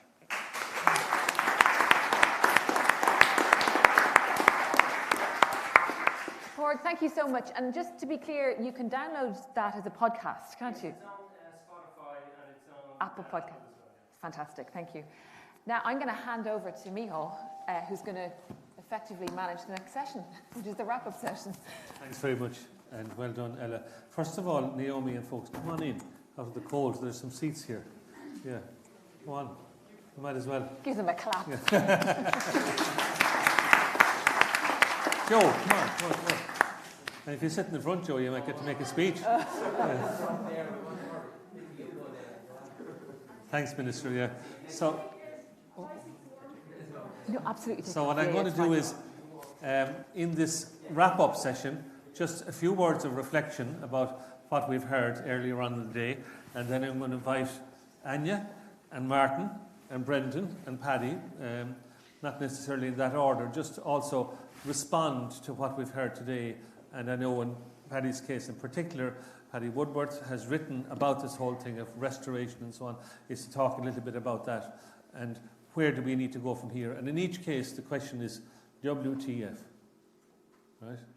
What are we going to do, politely, right? And so, starting off, if you just think about St. Patrick, right? He had a tough job. He was trying to promote religion to the whole of Ireland, a bunch of pagans. So he used this idea of triads, 3 things. It's just a way of thinking about things. So we had the past today from Shem Samurchu, a lot about the present, and then Pádraig and various other people talking about the future. We had 3 crises that we talked a lot about today. Crisis in nature, crisis of climate change, crisis in water, all of these things, they're all swirling around in the conversation today. We had 3 sessions on ecology, and later on farming, and then thirdly on forestry and on water. We have 3 different groups of people working here. So we have the farmers of the Blackstairs, which is fantastic. We have we'll call it environmental part of the world coming together, and lots of different groups and voices there. And then we have government agencies and ministers and so on. So all of that brings diversity and it brings learning, but also it wrecks your head, it's complex. So you have to get your head around all this stuff. So keep thinking of it in 3 things. It's kind of simple. So one of the most important things is to learn. And how can people learn? And it applies locally as well as nationally. And just 3 crucial parts of learning is, first of all, you plan. And we heard a lot about plans today. And then you do. And then you go back and you check. Or you monitor. Or you assess. So we heard a lot about monitoring the state of the biodiversity of the Blackstairs and so on. And then once you check, you go back and you start again. So learning is really important. And learning happens when you have diversity. And it seems to me that some of the key things that we heard today, just as regards what have we learned, first of all, there is already a Micheál, a forum, a group here, which is the one that has existed under the EIP, 420 farmers, that's fantastic. But it seems to me that also it needs to broaden out, that you were saying you need a place to discuss. So what we have here today is the start of maybe another kind of a discussion. And I think it would be great, looking again into the future, that the folks that are here would continue this into the future. Not just once a year, but more regularly, and to see how that would go. There was a lot of talk then about this idea about education. It was mentioned by Alan Walsh and by various people like that. I think that's really important. The local schools, the master, Brendan Halloran and all these fellas that came and taught, put education and local ecology back into the local curriculum. Like there is more scope for it in national schools, but there's also scope for it in the new junior cycle in secondary schools, and there's definitely scope for it in transition year, is to create again that sense of ownership, awareness of what's going on. So bring the debate that we're having here into the schools and bring the schools out. I'm sure that's happening, but it needs to happen an awful lot more in order that the next generation understand what debates are going on. And finally, this idea about joining the dots. We heard from a number of speakers this morning, Lorcan Scott used it a few times, this idea that the Blackstairs is an island or an oasis or a refuge for species, etc., like that. But also, it's one of a number of these 20 environmental programs, EIPs in the country. What Brendan Dunford and various people have been saying is we need to connect those dots. That has to become a national movement. So nationally then, at a national level, the same thing has to happen. We need forums for discussion, places where this kind of learning going on, policy learning. We had an example in the last session of where there wasn't enough policy learning over the last century. Forestry. It's great that it's happening now, that Minister Hackett is having this, we'll call it forestry planning group and new strategy. But that needs to be continuous. It's not just a one-stop. You have to set up a structure to think about where are we going with water, which is what has happened with the Water Framework Directive, which is what's happening with climate, for sure, but in other areas such as forestry. It's not a one-stop thing. There was, I think, a lot of optimism in the second session, the one about farming, that we're making some progress. You know, the words that we heard from a number of the speakers. And Niall Ryan, I think, was very, to my mind, guardedly optimistic, but it's clear the direction is that we have to actually put huge focus on nature, on environment, into the National Strategic Plan for CAP. More funding, but also just more recognition. And that a forum that is going on at the moment, I called it earlier on, skin and hair flying, that's a polite way of saying policy learning, you know, that has to continue. So I'd be hopeful from what we've seen, also from Tagus, from Dara Houlihan, there is an attempt, let's say there's beginnings of work there, ASAP, which is advisors on sustainability, but it's not enough. There are 3 people or 30 people out of an organisation of 1,500. In the case of Parks and Wildlife, there's 3 people working on agroecology schemes. That needs to be 30 people. In the case of the department, Niall and his colleagues, you could fit them into one room down in Johnstone Castle. They're part of an organisation of 4,000 people. So we have to scale this up and make it far more part of, we'll call it, the national policy, whether it is on farming or on forestry or other parts of economic life. So there's some of the themes that came out today. And then the forestry thing, there was some really interesting ideas coming out from Kieran Fallon, but also then from Porrick and others. But this idea of restore, continuous cover forestry, etc. So there was good stuff coming out there today. But the point is, we're only at the start of it. So nationally and locally, there's a lot of work to be done, but it's a good start. So I'm going to invite Anya, first of all, just to see what does she take from today, and then go around, Martin and the others. What do you think? What do we take out as actions, and where should we go? Over to you. Great. Thank you very much, Micheál.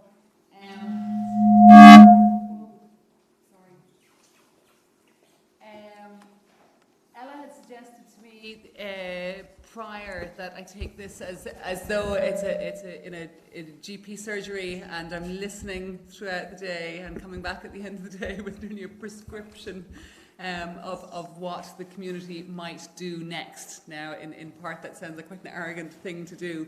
I've been so impressed by this group, by this Blackstairs Nature Group. Really amazing to be invited along today to be part of this. Rosemary, Anto, Cece, Alexander, Katrina, Joe, Sarah, they have done an incredible job as a group of volunteers bringing us all together today. And I find that inspiring myself, so well done and thank you. And in terms of what things that I have drawn from the conversations today that might be helpful. Put that slightly aside, and the speaker's a bit squeaky. Thank you. One of the things that struck me that Brendan here talked about, one of the first things that you did when you started out on the Burren Bio, was to collate a booklet about, or a book about farming and the Burren. So that might be something that could be done here, a book about farming and the Blackstairs. And that collates the expertise. Maura talked about photos that she's been taking when she's up farming of all the different species, and that they're hugely popular on Facebook, to use those to celebrate the harmony that has existed for a long time between farming and nature in the Blackstairs. And incorporate cultural heritage as well, and produce that as a community effort. So that's, I've got 7 prescriptions here, okay? So that's the first one, might be the idea of pulling together a booklet. I'm also, maybe some of these you've already done or you're doing. Another is an audit, and I know that there has been some kind of an audit done as part of the EIP, but to do an audit of the habitats and the water quality, and I've been told that there are freshwater pearl mussels in 3 of the rivers here in the Blackstairs. That is absolutely exceptional. Freshwater pearl mussels are Ireland's longest living animal. They are functionally extinct in Ireland. We don't have breeding populations anymore. They're extremely sensitive to any kind of forestry or clear felling. That needs to be collated. We need to know about those. There has to be some kind of an audit to possibly augment what's already there. The word oasis has been used. This is an oasis. And I know it's already an SAC, but there's a relative importance when it's an oasis in a very intensively farmed landscape. There's a relative importance that the Blackstairs have. So to make sure that all of that is documented, and not just the annexed species, the legally protected species and habitats. There's a need for actual conservation, grasslands, peatlands, habitats and species that can be working with a heritage officer, biodiversity officers, NPWS. There's lots to be done there to save existing species and habitats, including a lot of the peatlands and the grasslands. And then there has been mention of that the group have come together initially in opposition to a wind farm. And I think what this group embody really well is that it's not always about being against something, you have to be for something, and they've shown us that they're very much for the cultural and natural heritage of the Blackstairs, and some kind of a flagship project that brings hope and brings together the ideas and the activities. And flagship project, it could be something like a community woodland that's self-seeded, or using oaks from Collaton or something like that, or perhaps a river restoration project, starting up with a rivers trust, and coming together and looking at the salmon and the trout and the otters and the freshwater pearl mussel and restoring a river. I've seen some amazing community efforts around the country on river restoration, and it's wonderful because it's a fun thing to do when the community come together to restore one of their valuable habitats. Perhaps a portion of the Cuilche forest could be transformed to continuous cover forestry. That could be something where they work together and have a pilot project of a transformation to continuous cover forestry of a portion of the Sitka spruce plantations in the Blackstairs, see how that works. Also, I've been told that there's quite a lot of peatland, upland peatland habitats, as we know, are massively important for biodiversity and for carbon and for water quality, and they tend to get left behind. A lot of the focus on peatland restoration is on the lowland peat bogs. So a peatland restoration project, I remember hearing years ago, and it stuck with me, about a project in Wales where they got the local artist worked with school children and conservation people, and they made these almost like a plaster across the eroded peat out of sheep wool. So the school kids felted up these huge big strips of sheep wool and they put it over the crevices in the peat, and within a year the mosses had started to colonise those strips of felt.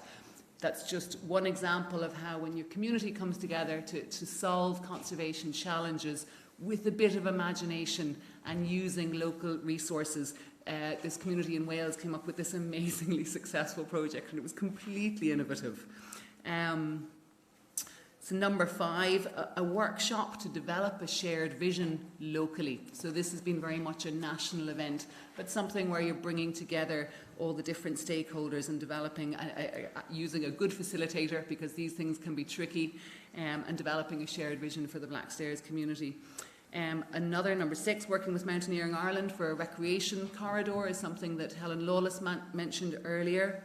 The 7th suggestion would be joining up with national NGO networks. So we have representation from Sustainable Water Network, SWAN here, and the Irish Wildlife Trust and Antashka. So linking in with some of those national NGOs to get that level of expertise as well for some of the work. So that's really my script for the community, and I hope that there is some information there for you to work with. On a final note, in terms of hope and optimism, because Pádraig talked about that, there's such an overwhelming negative onslaught to so many species and habitats, and things are generally quite bad. But the more actions and community groups that we have, the time will come where they are paving the way, and different groups and different activities are paving the way for an unknown future for us. So the more optimistic, forward-looking, hopeful projects we have, the better state we'll all be in. That's great. Thanks, Anya. Martin. Yeah. We heard from you earlier in your capacity as chair about Blackstairs Farming Future. So what do you take from today, and where would you like to go, and where's your group going? Well, I take from today it's very innovative, I think, and very interesting. And I suppose there's a learning curve in it as well, because your education is knowledge, and you can only get that from people who've been out there and experienced different parts of the world or different things that's going on. We didn't grow up as farmers, as I've said before, of looking under the grass for insects and the like, but we were always aware of them. You know, they're there in your everyday life. But but the future of it will be, I think, that if we continue down the road we're going and work together, which I think is very important, the coming together of communities is crucial for survival. No man, as the great saying, is an island.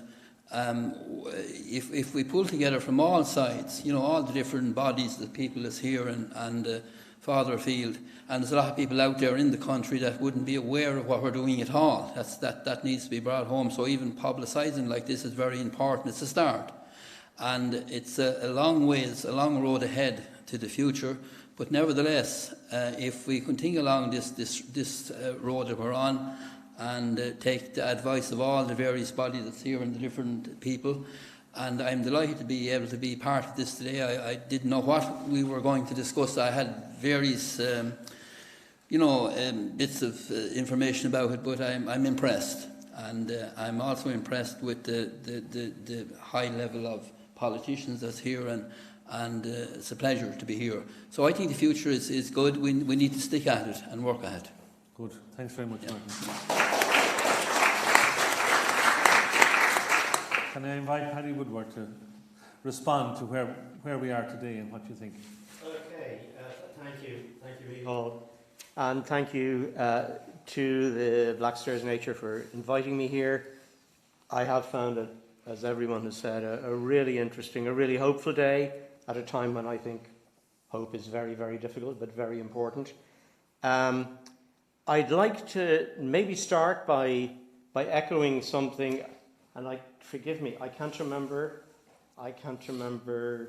which of you said this, but one of you mentioned Rachel Carson. That was you? Ella. Yeah, Rachel Carson's extraordinary book, Sense of Wonder. Very short, very, very beautiful book, but kind of making the point that connection with nature, while science is hugely important, and I'm not a scientist, but I've got very interested in science, connection with nature comes from the heart before it comes from the head.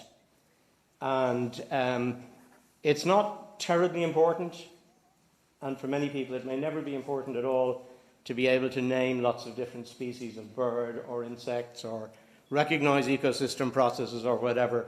It's actually having that, those moments where seeing a tree lit up at sunrise, or hearing a robin sing, or whatever floats your boat, but those moments of wonder and awe in nature are absolutely critical. And I think one of the things a group like this can do is to try and facilitate that. Just bring people to places and let them experience it themselves. Have experts around to help if help is wanted. But first of all, just get out there and kind of smell the natural coffee, as it were, because I do think it is there for almost everyone. But it's in our incredibly high-tech, high-speed world, we've lost that ability to be quiet in nature and feel that connection. That's on one level. On another level, I think we need to start thinking much more clearly about what we're talking about when we talk about nature, restoration, conservation. And a lot of work has been done on this internationally, and my connection with this very briefly comes that I went to an American university on the back of a book about the conflict in the Basque Country, and found myself taken out one day on a day of prairie restoration with a young English novelist, as it happened, on the same programme. And both of us were really struck by this word restoration. We had never heard it. This is 2003. You've all heard it now, and you've certainly heard it many times today. But I had heard of restoration. Restoration to me was something you do to a car. It's something you do to a painting. It's something you do to a house or a guitar. The idea that you could restore an ecosystem just seemed impossible. Such a complex thing, could you really restore it? And what I really realised, though, as myself and Gregory Normanton, this young novelist, talked about it, was that we had been brought up to think that, nature, culture and humanity are here, and nature is over there. And if you want to save nature, you've got to preserve it. And the word preservation, ecologically, is nonsense. Everything in nature is moving all the time. You can't seal nature off in a national park. Restoration seemed to get away from that, us here, nature over there. It said, we're part of nature, as Pádraig said. We're part of nature, and we can engage with nature, and we get our hands dirty by attempting to restore landscapes that have been degraded.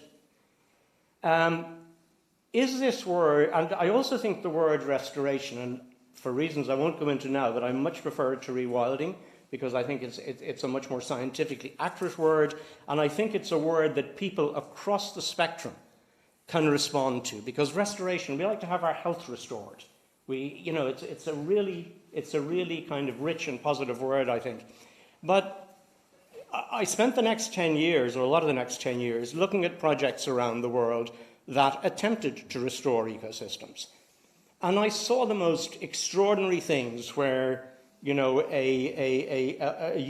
very, very biodiverse eucalyptus forest was leveled to the ground for mining, and then the soil was mined 4 meters deep. And yet within 20 years, now this is the tropics or subtropics, within 20 years, 98% of the species in that forest had been restored. Not in the same abundance, but quite extraordinary, where real money was invested and scientists were given a free hand, extraordinary restoration was done. And then I didn't know that restoration was already happening a lot in my own country, and I met people like Declan Little, who now works for Culture Nature, a great forester. I met people like Brendan. I met people like Catherine Farrell in the Midlands, restoring bogs. And I think that, this idea of restoration is very energizing, and it's something that you can start in your own, on the windowsill of an apartment if you don't have any garden. You can plant a native plant there, and that is part of the great chain of being. It will attract native insects, which will attract native birds, etc., etc. And you can go all the way there to full-scale ecological restoration of a landscape. So I think what we're talking about here, and what we need to be thinking about, is how we can restore. We're not going to restore nature to the same degree everywhere. Everything has to be case-specific. But I think what we should be looking at is, wherever we are in a landscape, including, again, as Pádraig said, in cities, what we should be looking at is how can our actions maximize the abundance of nature, biodiversity, and minimize negative climate impacts. How can we achieve those two things wherever we are? And then we can look at a scale. And I think if you look online for SER, Society for Ecological Restoration, has produced a very simple set of principles for restoration as part of the United Nations Decade on Restoration, which started this year. And essentially they've produced a kind of sliding scale of actions, some of which may be appropriate in some places, some of which will be appropriate in others. And that's what communities have got to do, is to decide what scale of restoration is appropriate here, what scale of restoration is appropriate there. This runs all the way from simply trying to stop negative impacts, the obvious things of stopping pollution, all the way up towards mitigation measures that may restore some native species but not attempt to restore the whole suite of species or processes, all the way up to where you can do it, to full-scale ecological restoration. I wish I should have brought a slide of it. I think it's quite an inspiring little graphic that takes you through this continuum. But I just go back to this idea that in a diverse ecological and diverse social community like the Blackstairs, there are actions that everybody can take everywhere, individually and in small collectives, and collectively you can all decide on bigger actions. But you should be, I think, thinking of everything you're doing, maximising natural abundance and minimising climate actions. I think if you work along those principles and along a scale of restoration, you can make an extraordinary amount of progress in quite a short time. And God knows, if there were a God, that we need to make progress in a short time these days. Thank you very much. Thanks, Paddy. So I'm going to ask Brendan to come in a minute and just see what advice you would have to the group here based on what we've heard today and your own experience, Brendan. But after that, then, you're just going to open the floor to anyone who would like to make a question or a comment in response to what we've heard. So, Brendan, what are your own thoughts?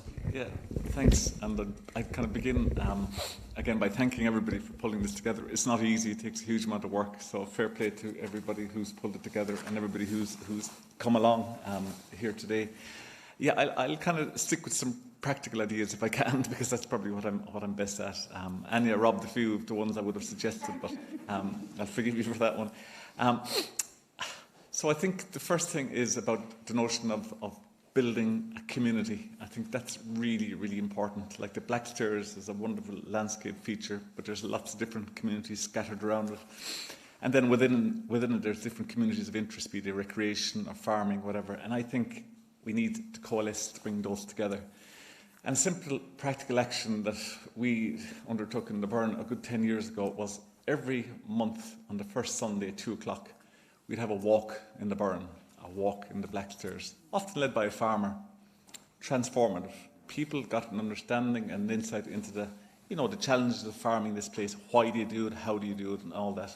And for the farmer, it gave them a sense of, my God, what I do, somebody values it, it's important. I think that's a great way to bring a community together. In wintertime, then, we have something called the Tea Talks. So taking this out into the community, so to the local pub or the hall, that maybe once every month, in our case it's a Wednesday, you put the kettle on, a cup of tea at 7 o'clock, and people, it's a social opportunity. And then at 8 o'clock we have a presentation about biodiversity or archaeology. You've got phenomenal resources. Owen is here now as well as a heritage officer, who can share their knowledge of the place. And again, farmers are being part of that presentation. So building a sense of place and a sense of community and that network, a shared network of interest, I think that's really, really important. The second thing is, I think we talked about education a lot, and we've been, again, trying for many years. One thing that drove me mad when I first got to the Burn is that I wasn't there with week and they're calling me the expert, and I was going, I'm really not an expert. You guys know the stuff, but didn't quite believe that they knew it.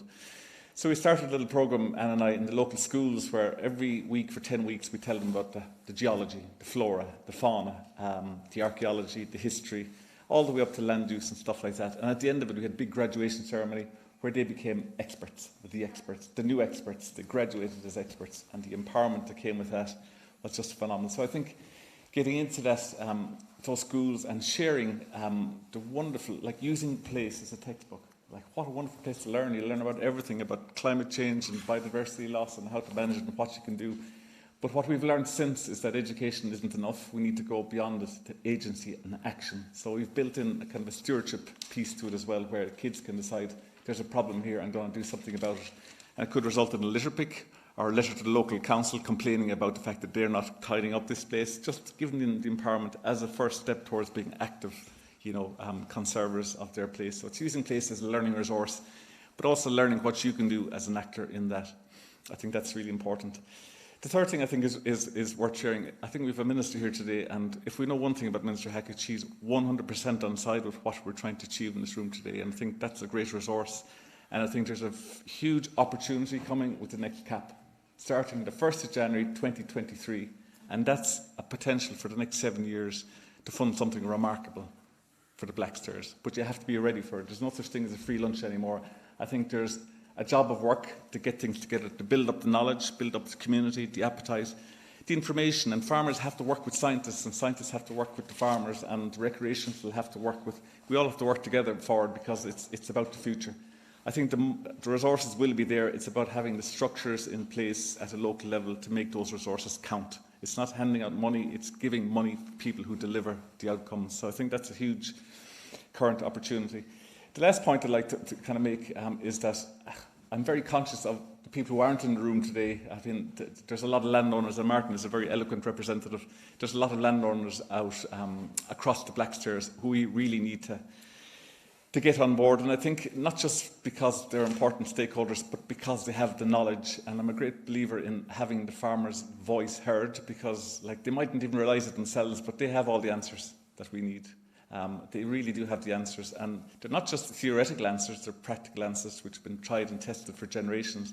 They just need to be applied toward a different purpose this day and age, this notion of ecosystem services. So we set up something called the Farming for Nature Ambassadors Award, because there's Blackstairs all over Ireland in the sense that there's wonderful landscapes and there's wonderful people doing wonderful things day to day, but they're never recognised. And I think it goes back to Annie's point that there's a poison now between the farmer and the environmentalist, and it's infuriating because it doesn't, and Hannah here today will tell you that, it's not real on the ground. The people that you meet are actually very well disposed to nature, to doing the right thing. So I think it's about celebrating those who are doing the right thing. It's about mining the knowledge within the farming community, because we need science, and we need research, and we need conversations. We also need action. And I think the knowledge to enable us to take that action is out there if we look after it. So there's four, sorry, I should have stuck to three, Michal, but there's four recommendations or suggestions for today. That's Thank great, you. fantastic. Really well done. So the floor is open. We might come back to Helen and to Mary later on. You're welcome to contribute, but just to give the audience, this is your chance. Yes, please, Ian. Wait for the microphone until it comes here.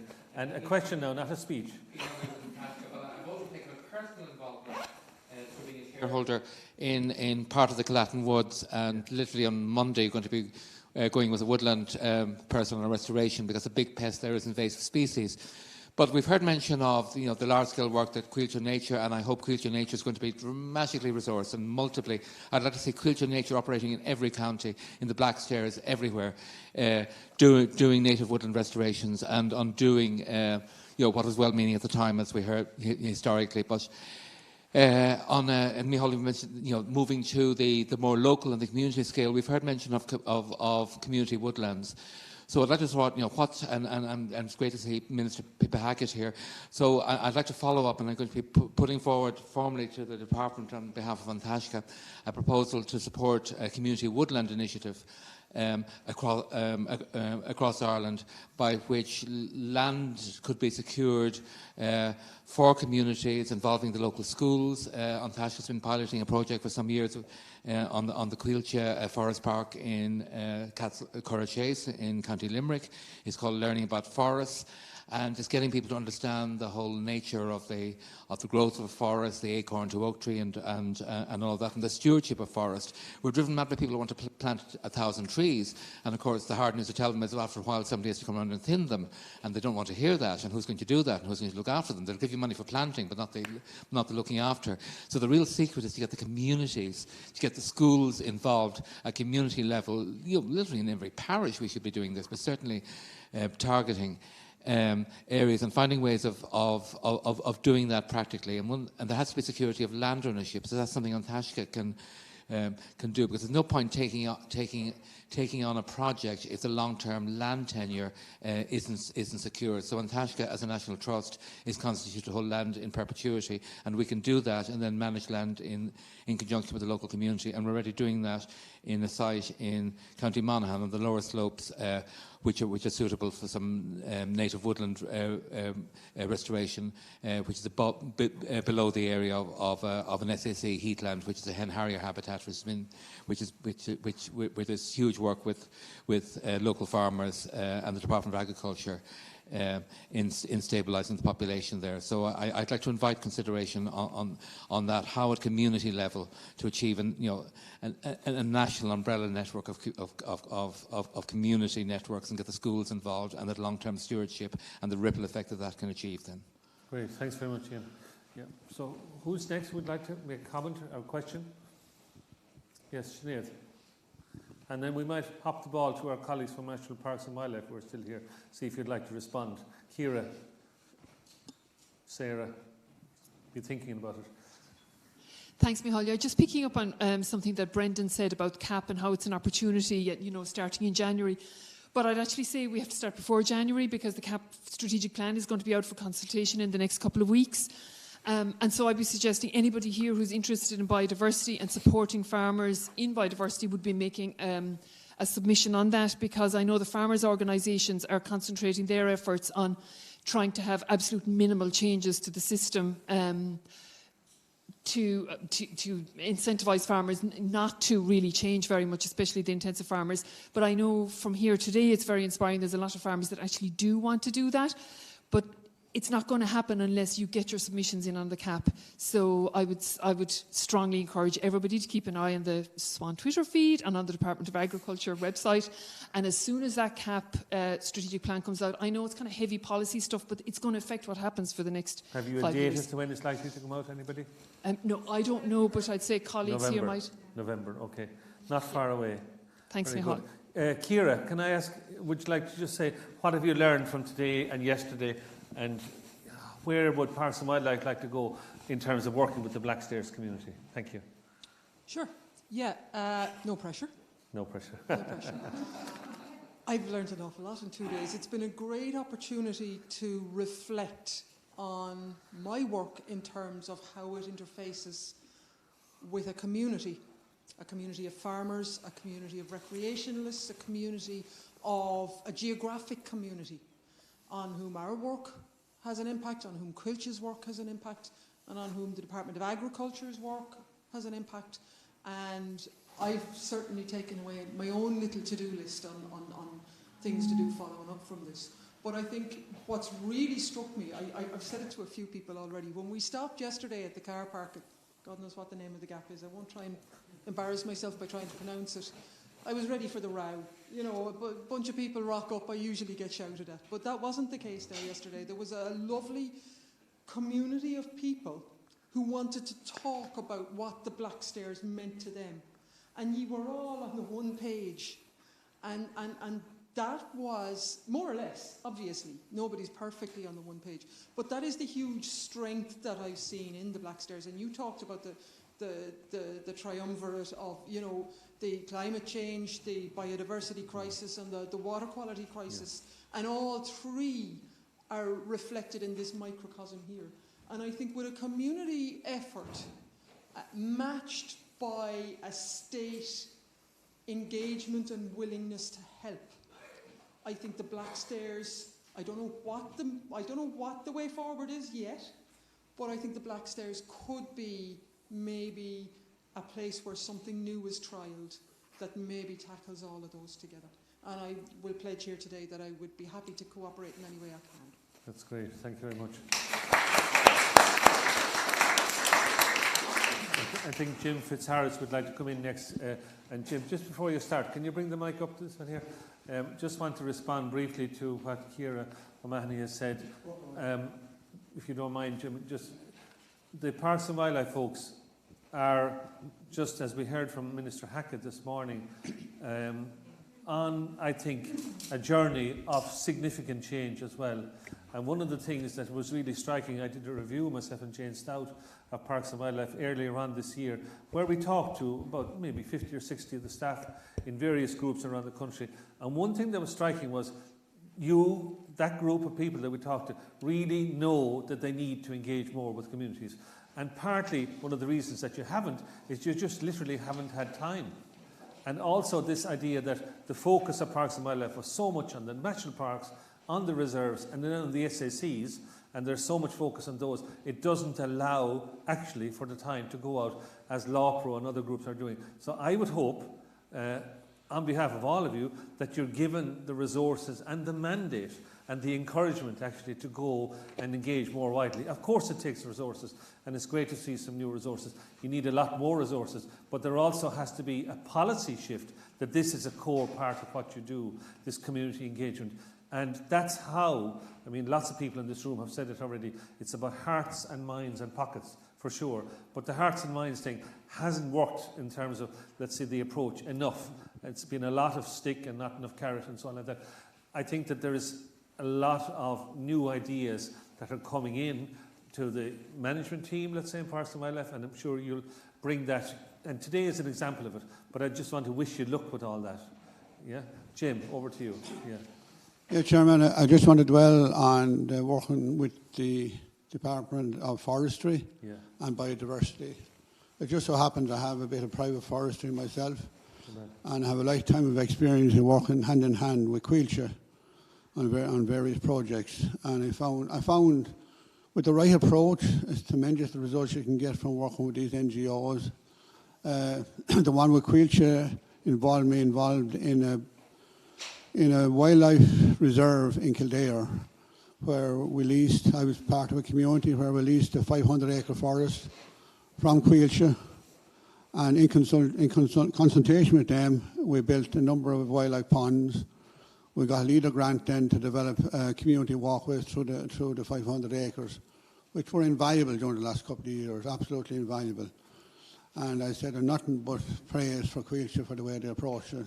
And I happen to farm beside Quilcha as well, so I found a relationship there excellent. But one piece of advice, under the Quilcha planting program, you're allowed to put, I think it's up to, so either 6 or 9% into the biodiversity. Now, Quilcha's policy has tended to be put them in big blocks. I would advocate putting them in smaller blocks with biodiversity walks through them, which I've done myself, and leave that open then to the community for to go in for walks through these smaller blocks. The blocks would be only about 5 to 10 acres in size. So compliments to the Minister for cooperation. Thanks for that. Thanks very much. Kieran, do you want to come in? Yeah, good man, Jim.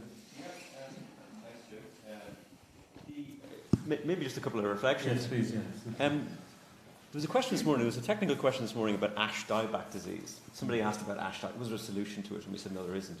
And, it's a tragedy. It comes from a fungus that was first spotted in Poland in 1992. And then it was identified scientifically in 2006. Chilara faccinia. And it looks like it's going to decimate our ash across the country. As Anya said, probably over 90%. But there's a strain of ash, because of our genetic diversity, that's actually resistant to it. And that will be the next generation of our ash. So there's the importance of biodiversity in sustaining life. That is what nature needs. We absolutely need to see it. So it's just a small kind of point that struck me this morning. Why are we here? That's, that is key to the future of that species. Forestry in Ireland is at a crossroads. It's at a crossroads, at an inflection point, a really interesting point. And credit to Minister Hackett for this Project Woodland and initiating this big dialogue that was needed to come for a long time. It started off, we spoke a little bit about the history at a really low level, and as you described it, it was something that was done in closed rooms by inverted commas experts without engagement. And it's kind of in a state of arrested development. It's reached a point now that it's kind of 11% of the country, and people are saying, hey, I want to have a say. And that's really the first time that's happened. So it's a big challenge to forestry to respond to that, to listen to it, to engage, but I believe it's beginning to happen. And I think Project Woodland has a really important role in terms of setting that vision things, technical things like, setbacks and so on, and technical things are downstream. They're really important, but really what's important is the upstream vision of where do you want to go with all this, because everything cascades down to that. And when you talk about forestry, you make decisions today that last way into the middle of the next century. I was talking to Alec today. He was saying the timber in the roof here, it was put in 1580, and that's oak that was probably 150 years old at that time. When you think about forestry, you think about the future. So big decisions that we have to make that will shape the future, and they're value decisions. They're not technical decisions as such. And I think that's important in terms of the communication aspects that Paddy was talking about, and Pádraig, because things like SPAs and SACs and all those technical things, they're very important, but they are abstractions. And if we want to get people to really engage with nature and biodiversity, it has to be that intuitive, heartfelt sense that we all have. Now, fortunately, there are lots of ways to do that by experiencing nature, by being close to it. But there's also great representations in terms of our images of nature. So I'm very optimistic for that. But it cannot be done by experts in rooms. We need those experts in rooms, but we need all of society to come behind it and support it, so we can have civil society activities like this, and we can support progressive politicians with programs that are necessary for change. So that's why I would say, really delighted to come here today, delighted to hear about the program that was going on, and really heartened and optimistic about the future. That's great. Thanks very much. Just to say that in the previous slide, Kieran wrote a fantastic PhD on the Water Framework Directive. It was called, if I remember rightly, Swimming Upstream. It was. And it was about the joys of the first stage of the Water Framework Directive in Ireland. And I think it's really important that there be people with the kind of mindset that Kieran has, which is basically that you're open to this dialogue, to this debate, to this learning, that has to come in forestry policy. So I'm really heartened that we have people like Kieran at a senior level in Quilty Nature. There's a few hands at the back. Yes, please. Thanks. Just to pick up on something that Sinead said about getting involved in the CAP strategic plan consultation, it's been so nice to hear all of the diverse voices in the room today. But all I can say to you is those diverse voices aren't being heard at the level they need to be heard at. The big business lobby groups are the ones who are shouting the loudest, and they're out shouting us all. So just to reinforce what Sinead said, stand up, make yourselves heard, we need you. Thank you. So I'd like to call on Helen Lawless, and then we'll come back to you in the back in a minute. Yeah, and I will come to you after that then. Helen, over to you. What have you learned today, and what would you like to do next? Actions. I've learned lots. I think just to follow on from what Elaine said there, and our organisation, Mountaineering Ireland, would be one of those that occasionally engages with the CAP, but it's like looking at an elephant up really close. It's very difficult to understand it.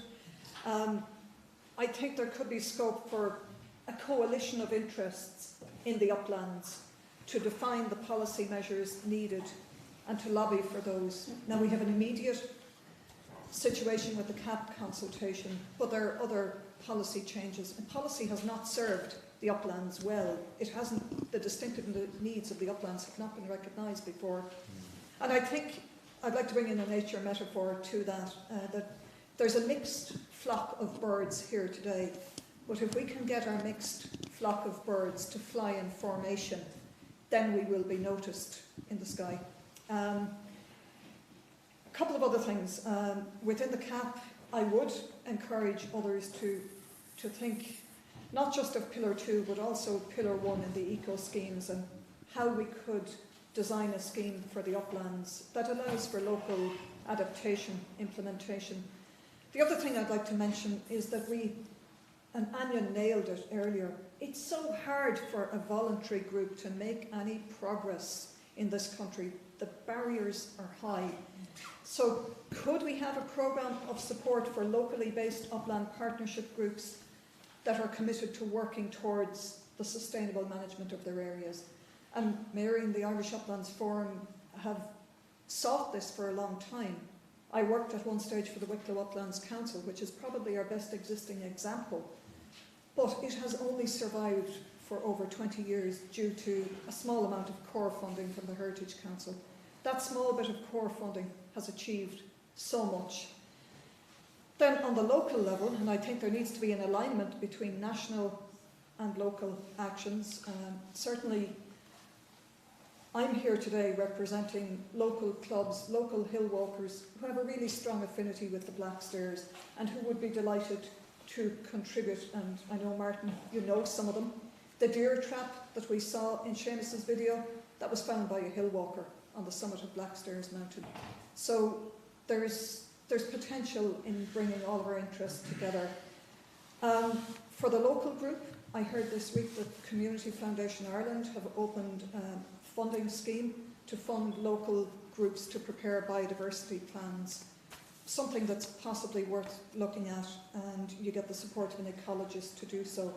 Also, if you're not already part of your local public participation network, join, because then you get a voice in influencing local decisions that affect your environment. And finally, I just want to say a big, big thanks to the group that organised this event. You have done something that matters so much to me and so much to all who love the mountains. You've brought a focus onto why Ireland's mountains and the Blackstairs are special. Thank you for a job well done. Well done, thank you.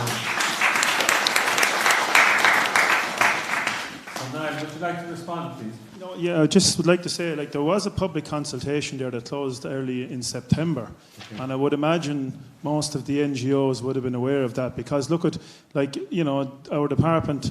I've been 20 years in the department, and we've never had such a consultation process. I do agree there's people on different sides that have different opinions, and you're right, Chairman, there, like, there's skin and hair flying, all right, there's no doubt about it, but certainly this is the most open, transparent consultation process that I have ever seen in relation to the CAP. The interventions or the measures are sort of set out. They're gone at this stage now for ex-ante evaluation and AA and SCA process. There will be another opportunity again for another consultation sometime. I think it's later on in November. And I suppose, so that's just in relation to the CAP strategic plan. But certainly, like, there are people like myself in the department, and and we're certainly willing to engage if people want to send stuff into us. Like, the CAP is, I don't want to get into the technicalities here because it's been a very good day and a lot of discussion, but, like, you know, how things are costed aren't that simple in the CAP. And eco schemes, there's only certain ways things can be done in terms of income forgone, cost incurred. And look, I'm not going to get into all this because we've had a good day and it's wrapping up now. But things aren't, you know, from I suppose a bystander looking into it. There's a mechanism and framework with which we must operate, and that's a set of rules set out, like, in the EU Commission, in the documents that we have to set up our CAP strategic plan by. So that's just the CAP aside, I suppose. In relation to the uplands, I would like to say is, like, the uplands have always been difficult for us to deal with in the Department of Agriculture because, you know, most of our uplands are commonages, and I suppose, like, and everyone is quite aware, and it's been mentioned here today, the biggest issue with the uplands is either overgrazing or undergrazing or land abandonment. So it's to get that balance right of the right way to manage our uplands that provides all these ecosystem services. But the only way to do it is in a collective approach. And, like, we tried to do that in our last programme. But look, at the results-based systems seem to be the best way forward to deal with that, where, you know, people are coming together in the community or in the farmers, and they're teasing out what needs to be delivered for their specific upland areas. So, like, we would certainly see that continuing going forward in terms of the management of uplands. That would certainly be my own view. And I suppose just one thing I didn't say there, I know Minister will be finishing off the session here, is that this year we launched another EIP call earlier on in the year, and it was a focus on the community and biodiversity. So we had another over 20 EIP projects, all small projects now, some of them like up to €1 million and a few 100,000, but the pure focus there was on the community this time. So there's a lot of good projects there that we actually gave the green light to within the budget we had, and I would be very interested to see how, they're managed going forward, in terms of what's the outcomes, because a lot of those, I was on the evaluation panel myself, had the whole aspect of the school, the community, and then farmers delivering something. So hopefully all of these things will start, I suppose, a much more interest from in the whole country in relation to these community and biodiversity. Thank you very much. Just to say that I think it's really encouraging, first of all, that we have people like Ryan and his colleagues, as he said himself. I think it's encouraging to think that there is that level of policy there, that debate, that challenge, as you said, the most open debate that there's been for 20 years. That's what we want. We need that. And it's great to have a department that maybe wouldn't always have been as open to that kind of criticism, public debate as now, but it's the right way to go. Mary, from your experience, right, many moves with the Upland Forum, what have you learned from today? And we'll give you the last word before the minister. Yeah, thanks very much, Micheál. There's incredible energy here today. I'd love to think that you wouldn't wait too long to kind of formalise yourselves, or have another meeting and maybe set your priorities for sort of action. So don't dally too long to call another meeting like this. Okay? Second point is, maybe you're in a very good position now in that Carlow has its first heritage officer. You can capture the heritage officer. Maybe. I'm reminded when Michael Starrett was appointed to the Heritage Council, the first group he met was the Wicklow Uplands Council. He found a complete meeting of minds between himself and the Wicklow Uplands Council, which accounts really for the fact that they got funding from the Heritage Council all the time he was there. So I think maybe keep an eye on your heritage officer. We're going to invite Owen to say a word, if you'd like to. Just when you finish, we're going to just ask him if he'd like to say a word. Thank you. Because one of the first things the heritage officer would probably be doing is preparing a biodiversity action plan. Now, your biodiversity action plan in Carlow could be quite innovative in that if it covers the Blackstairs Mountains, it'll have to consider Wexford as well as Carlow. Okay? Normally these things are done on a county basis. It does not make sense for the uplands because they don't recognise county boundaries. Yes. And the other potential would be to look to create a complete wildlife corridor between the Wicklow Mountains and the Blackstairs. That's a good idea. So that's an opportunity. Great. So, Owen, do you want to come in briefly? Introduce yourself. Where were you born and why? Okay, thank you very much. Thank you very much for the invitation to be here. What I would say is I'm a dub, now living and awfully working in Carlow, for the answer to the question. But all joking aside, it's brilliant to be here. I'm delighted to be new Heritage Officer in Carlow. Likewise, in the room we have Catherine McLaughlin, who's the Heritage Officer in Wexford, who's in-house for the last couple of months. So it's brilliant for the Blackstairs area to have both us, I suppose, in position. And what I'd say is our ears, we've both been sitting here with the ears open, very much so attentive to listen to what the communities want. Our role is really to get out, engage with the communities, see what they want. But as Mary alluded to, our first actions are to get good, solid heritage and biodiversity plans put in place. So that's our focus for the next year. So thank you very much, and I do look forward to continuing the conversations with all the people here present. Thank you. Great, thank you. So, Minister, we'd like to invite you perhaps just to close the session today. And there's a mic coming now in a minute. Oh yeah, well done, well done. And just as we're introducing, no, from the side, as we're introducing Minister Pippa Hackett, who is Minister of State with responsibility for biodiversity within the Department of Agriculture, which is a new role. Just to say, as a more general comment, this idea of policy learning, it's fair to say, I talked about the power of three earlier on, having three parties in the government makes for interesting learning, right? But actually, it's a very good dynamic to have And I think it's great that the kind of skill set and philosophy that the Greens have brought to government, apart from just the environmental kind of aspect of it, but just this way of doing and this way of engaging and this way of having policy conversations is a healthy thing, and well done, and it's great to see it. So over to you.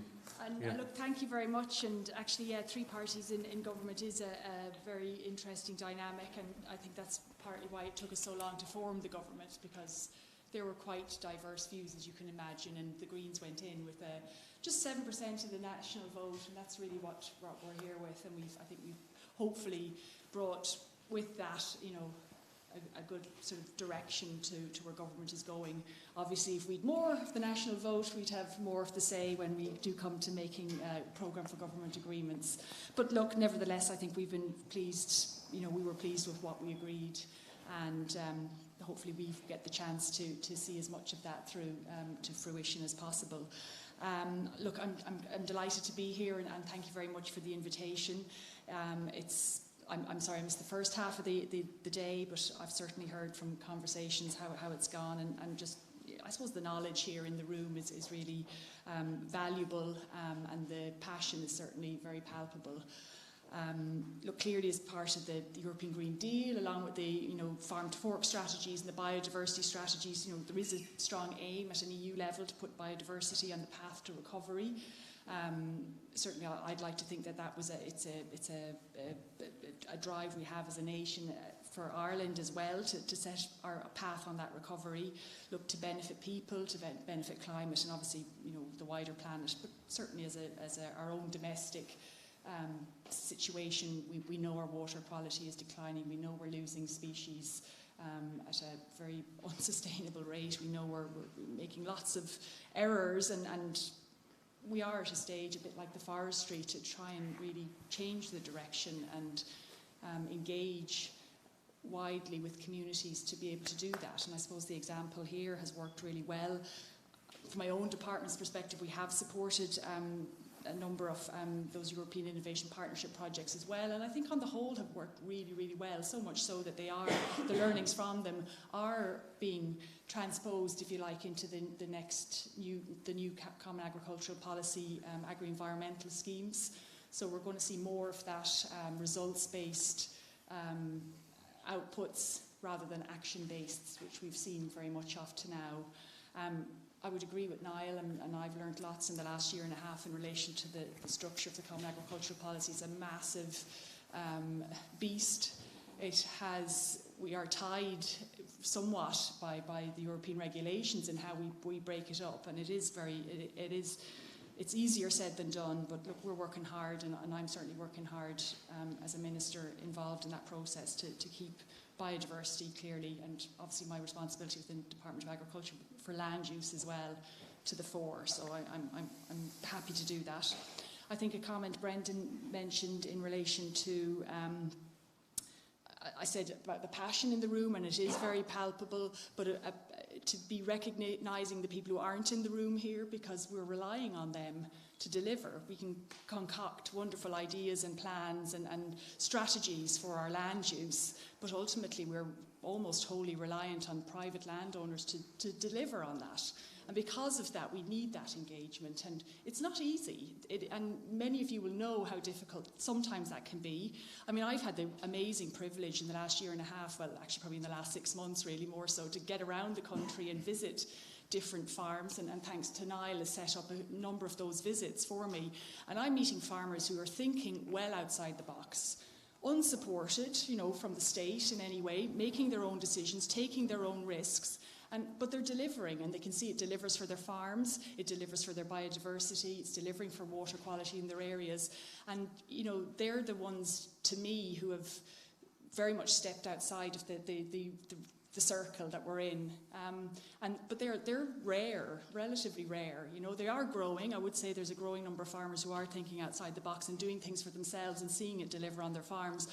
So it's how we speak to the others who are still really caught up, not through any fault of their own. It's just the system is set up for that, So it's about speaking with those other farmers and that engagement. I think peer to peer, whether it's from those farmers thinking outside the box to the remainder, but always be conscious of that and how we deliver that message, because of all the, look, I'm married to a farmer, of all the types of, I call myself a farmer now, of course, as well, but I'm married into a farm rather than, you know, I didn't come from a farm. But, you know, farmers are very, for want of a nice word, stubborn. They don't like being told what to do with their land. And that is, I think, understandable. And I think we have to be cognizant of that when we do come up with ideas and plans. One other issue I might just talk on, and I think both Paddy and Porrick spoke about it, in terms of, we talk a lot, and the biodiversity strategy of the EU talks about space for nature. And while that is, look, it's great if we had more space for nature, that would be good, but I think it is better to integrate it with us, actually the other way around, that we should be integrating with it. You know, we should fit around nature rather than forcing nature to fit around us. And I think that's what we've been doing. We've been carving out great big spaces for human activity. And it's not just agriculture, it's all sorts of human activity. And we've been forcing nature out to the periphery. We need to look at how we bring that back, and whether it is in cities and towns, trees and waters, and, you know, to have, as you say, the Liffey clear and fish in it that could be edible, you know, would be great. So I think, again, how to be innovative thinking about how we integrate the two, because really the natural world, what is it when we're in it? We've sort of made it unnatural. So we're going to have to try and fit it around us, rather than maybe us fitting it. No, the other way around. I keep saying that the wrong way. We need to fit around. We need to put, if you put nature at the centre, and then how we integrate with that. So that, I think that's the order it should be in. I think, what else have I scribbled down here? Yeah, I think in terms of what we've learned today, and it was interesting to me to see the presentation on the history of the uplands in relation to forestry, and we have a sort of a uncomfortable relationship with planting, with trees, and I'm sure because it's quite a specialist habitat, you know, we have here, and to think that at one stage it might have been covered in trees, it's sort of something we couldn't maybe imagine now. Maybe that's not what we do try to get back to. Maybe we allow it to, and we support it to be what it can be. But again, just being conscious of the farmers that are up there who aren't here, and how we bring them on board with that. But look, I don't think I've anything more to say. One other example I've written down here, in relation to the natural world, and I've also visited like the Shannon Callows, and I've been up and down in the boat, but the Shannon is now, its number one function is a navigation route. It's for tourism, essentially, and that's what it is. It's not for nature. It's not, and that's why it floods so readily, particularly, look, we've more rainwater, we know all of that, and climate change is going to bring more and more of that. But it floods so readily now in the summer because the levels are kept high for navigation. And that's the purpose, that's the main purpose of the Shannon. So unless we try to say we want less traffic on the Shannon and we want less water levels, there's lots of complicated things that I have only just learned as well. You know, everyone's saying you can't dredge and you can't do this and you can't do that. But the reason the water levels are so high in the Shannon are because of the navigation, because boats are basically skimming off the high rocky outcrops under the water that we can't see. So just to be, I suppose, to have the broad knowledge of why things are, and not necessarily always just say no to this and no to that. To understand it fully. And look, I'm not the expert, I'm just the politician. I have a passion for ecology and passion for land, passion for nature, and you know, the expertise is here. But just to engage wholly, hear all the arguments, even the arguments we don't like to hear. You know, as politicians, we probably get it from all sides. You know, I certainly do, but I think, look, it's just been great, and I do think just the drive and, you know, harness what's here and spread it. And I think you're right, get moving on it sooner than later. The passion is there. And as Porrick finished with his, and I'm going to finish it too, like, there's so much to fight for, so let's all work together and fight for that. So thank you. Thank you very much.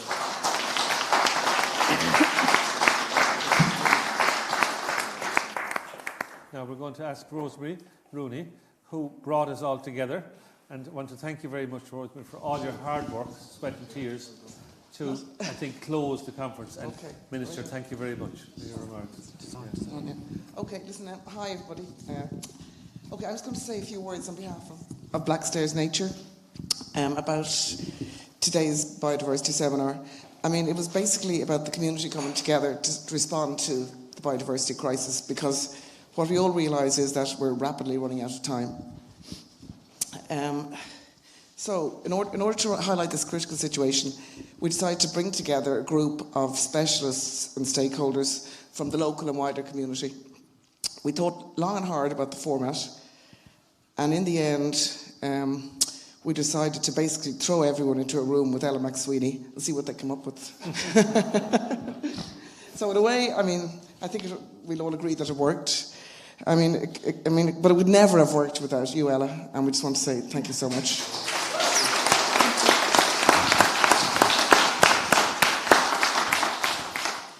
And I also want to say particular thanks to Pádraig, where's Pádraig? Pádraig Fogarty and Micheál O'Connor, whom I've been plaguing with phone calls for the last 2 months. And of course to all the other contributors, both here and online. I'd also like to thank the Huntington Castle and the Durden Robinson family again for hosting the event. Here.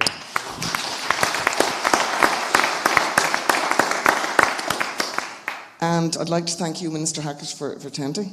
It's been great to have you. And also Minister Noonan, who's left a while ago.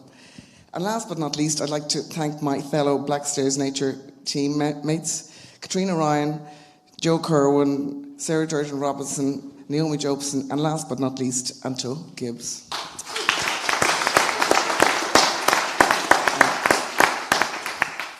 I mean, our plan now will probably be to collate and distill all the input from the people in the room today, the people online, and the people we met on the mountain yesterday, and hopefully translate this into action. And finally, I'd just like to say one last thing. I think we'll all agree that there was a lot of positive energy in the room today, and lots of sentiments were expressed. But the one that resonated most with me personally was that expressed by you, Anya, about the connection between the wonder and joy engendered by nature and the desire to want to protect it. I mean, you're much more likely to want to protect something if you love and value it. And how can you value it if you don't know what it's worth? But I think it's safe to say that everyone in this room today knows the value of nature. But it would be just great if we could maybe, share our passion and spread the word and hopefully, do something about this biodiversity crisis that is one of the most critical kind of situations that the world's experiencing. So, thank you, Rosie. Yeah. Do you want to say a last word? Do you want to say anything?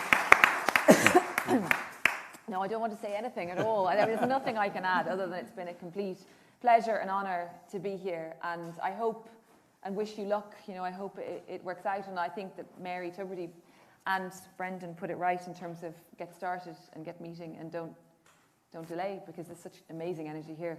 So best of luck to all of you. Here. That's it. The meeting is closed. Safe home. Thank you.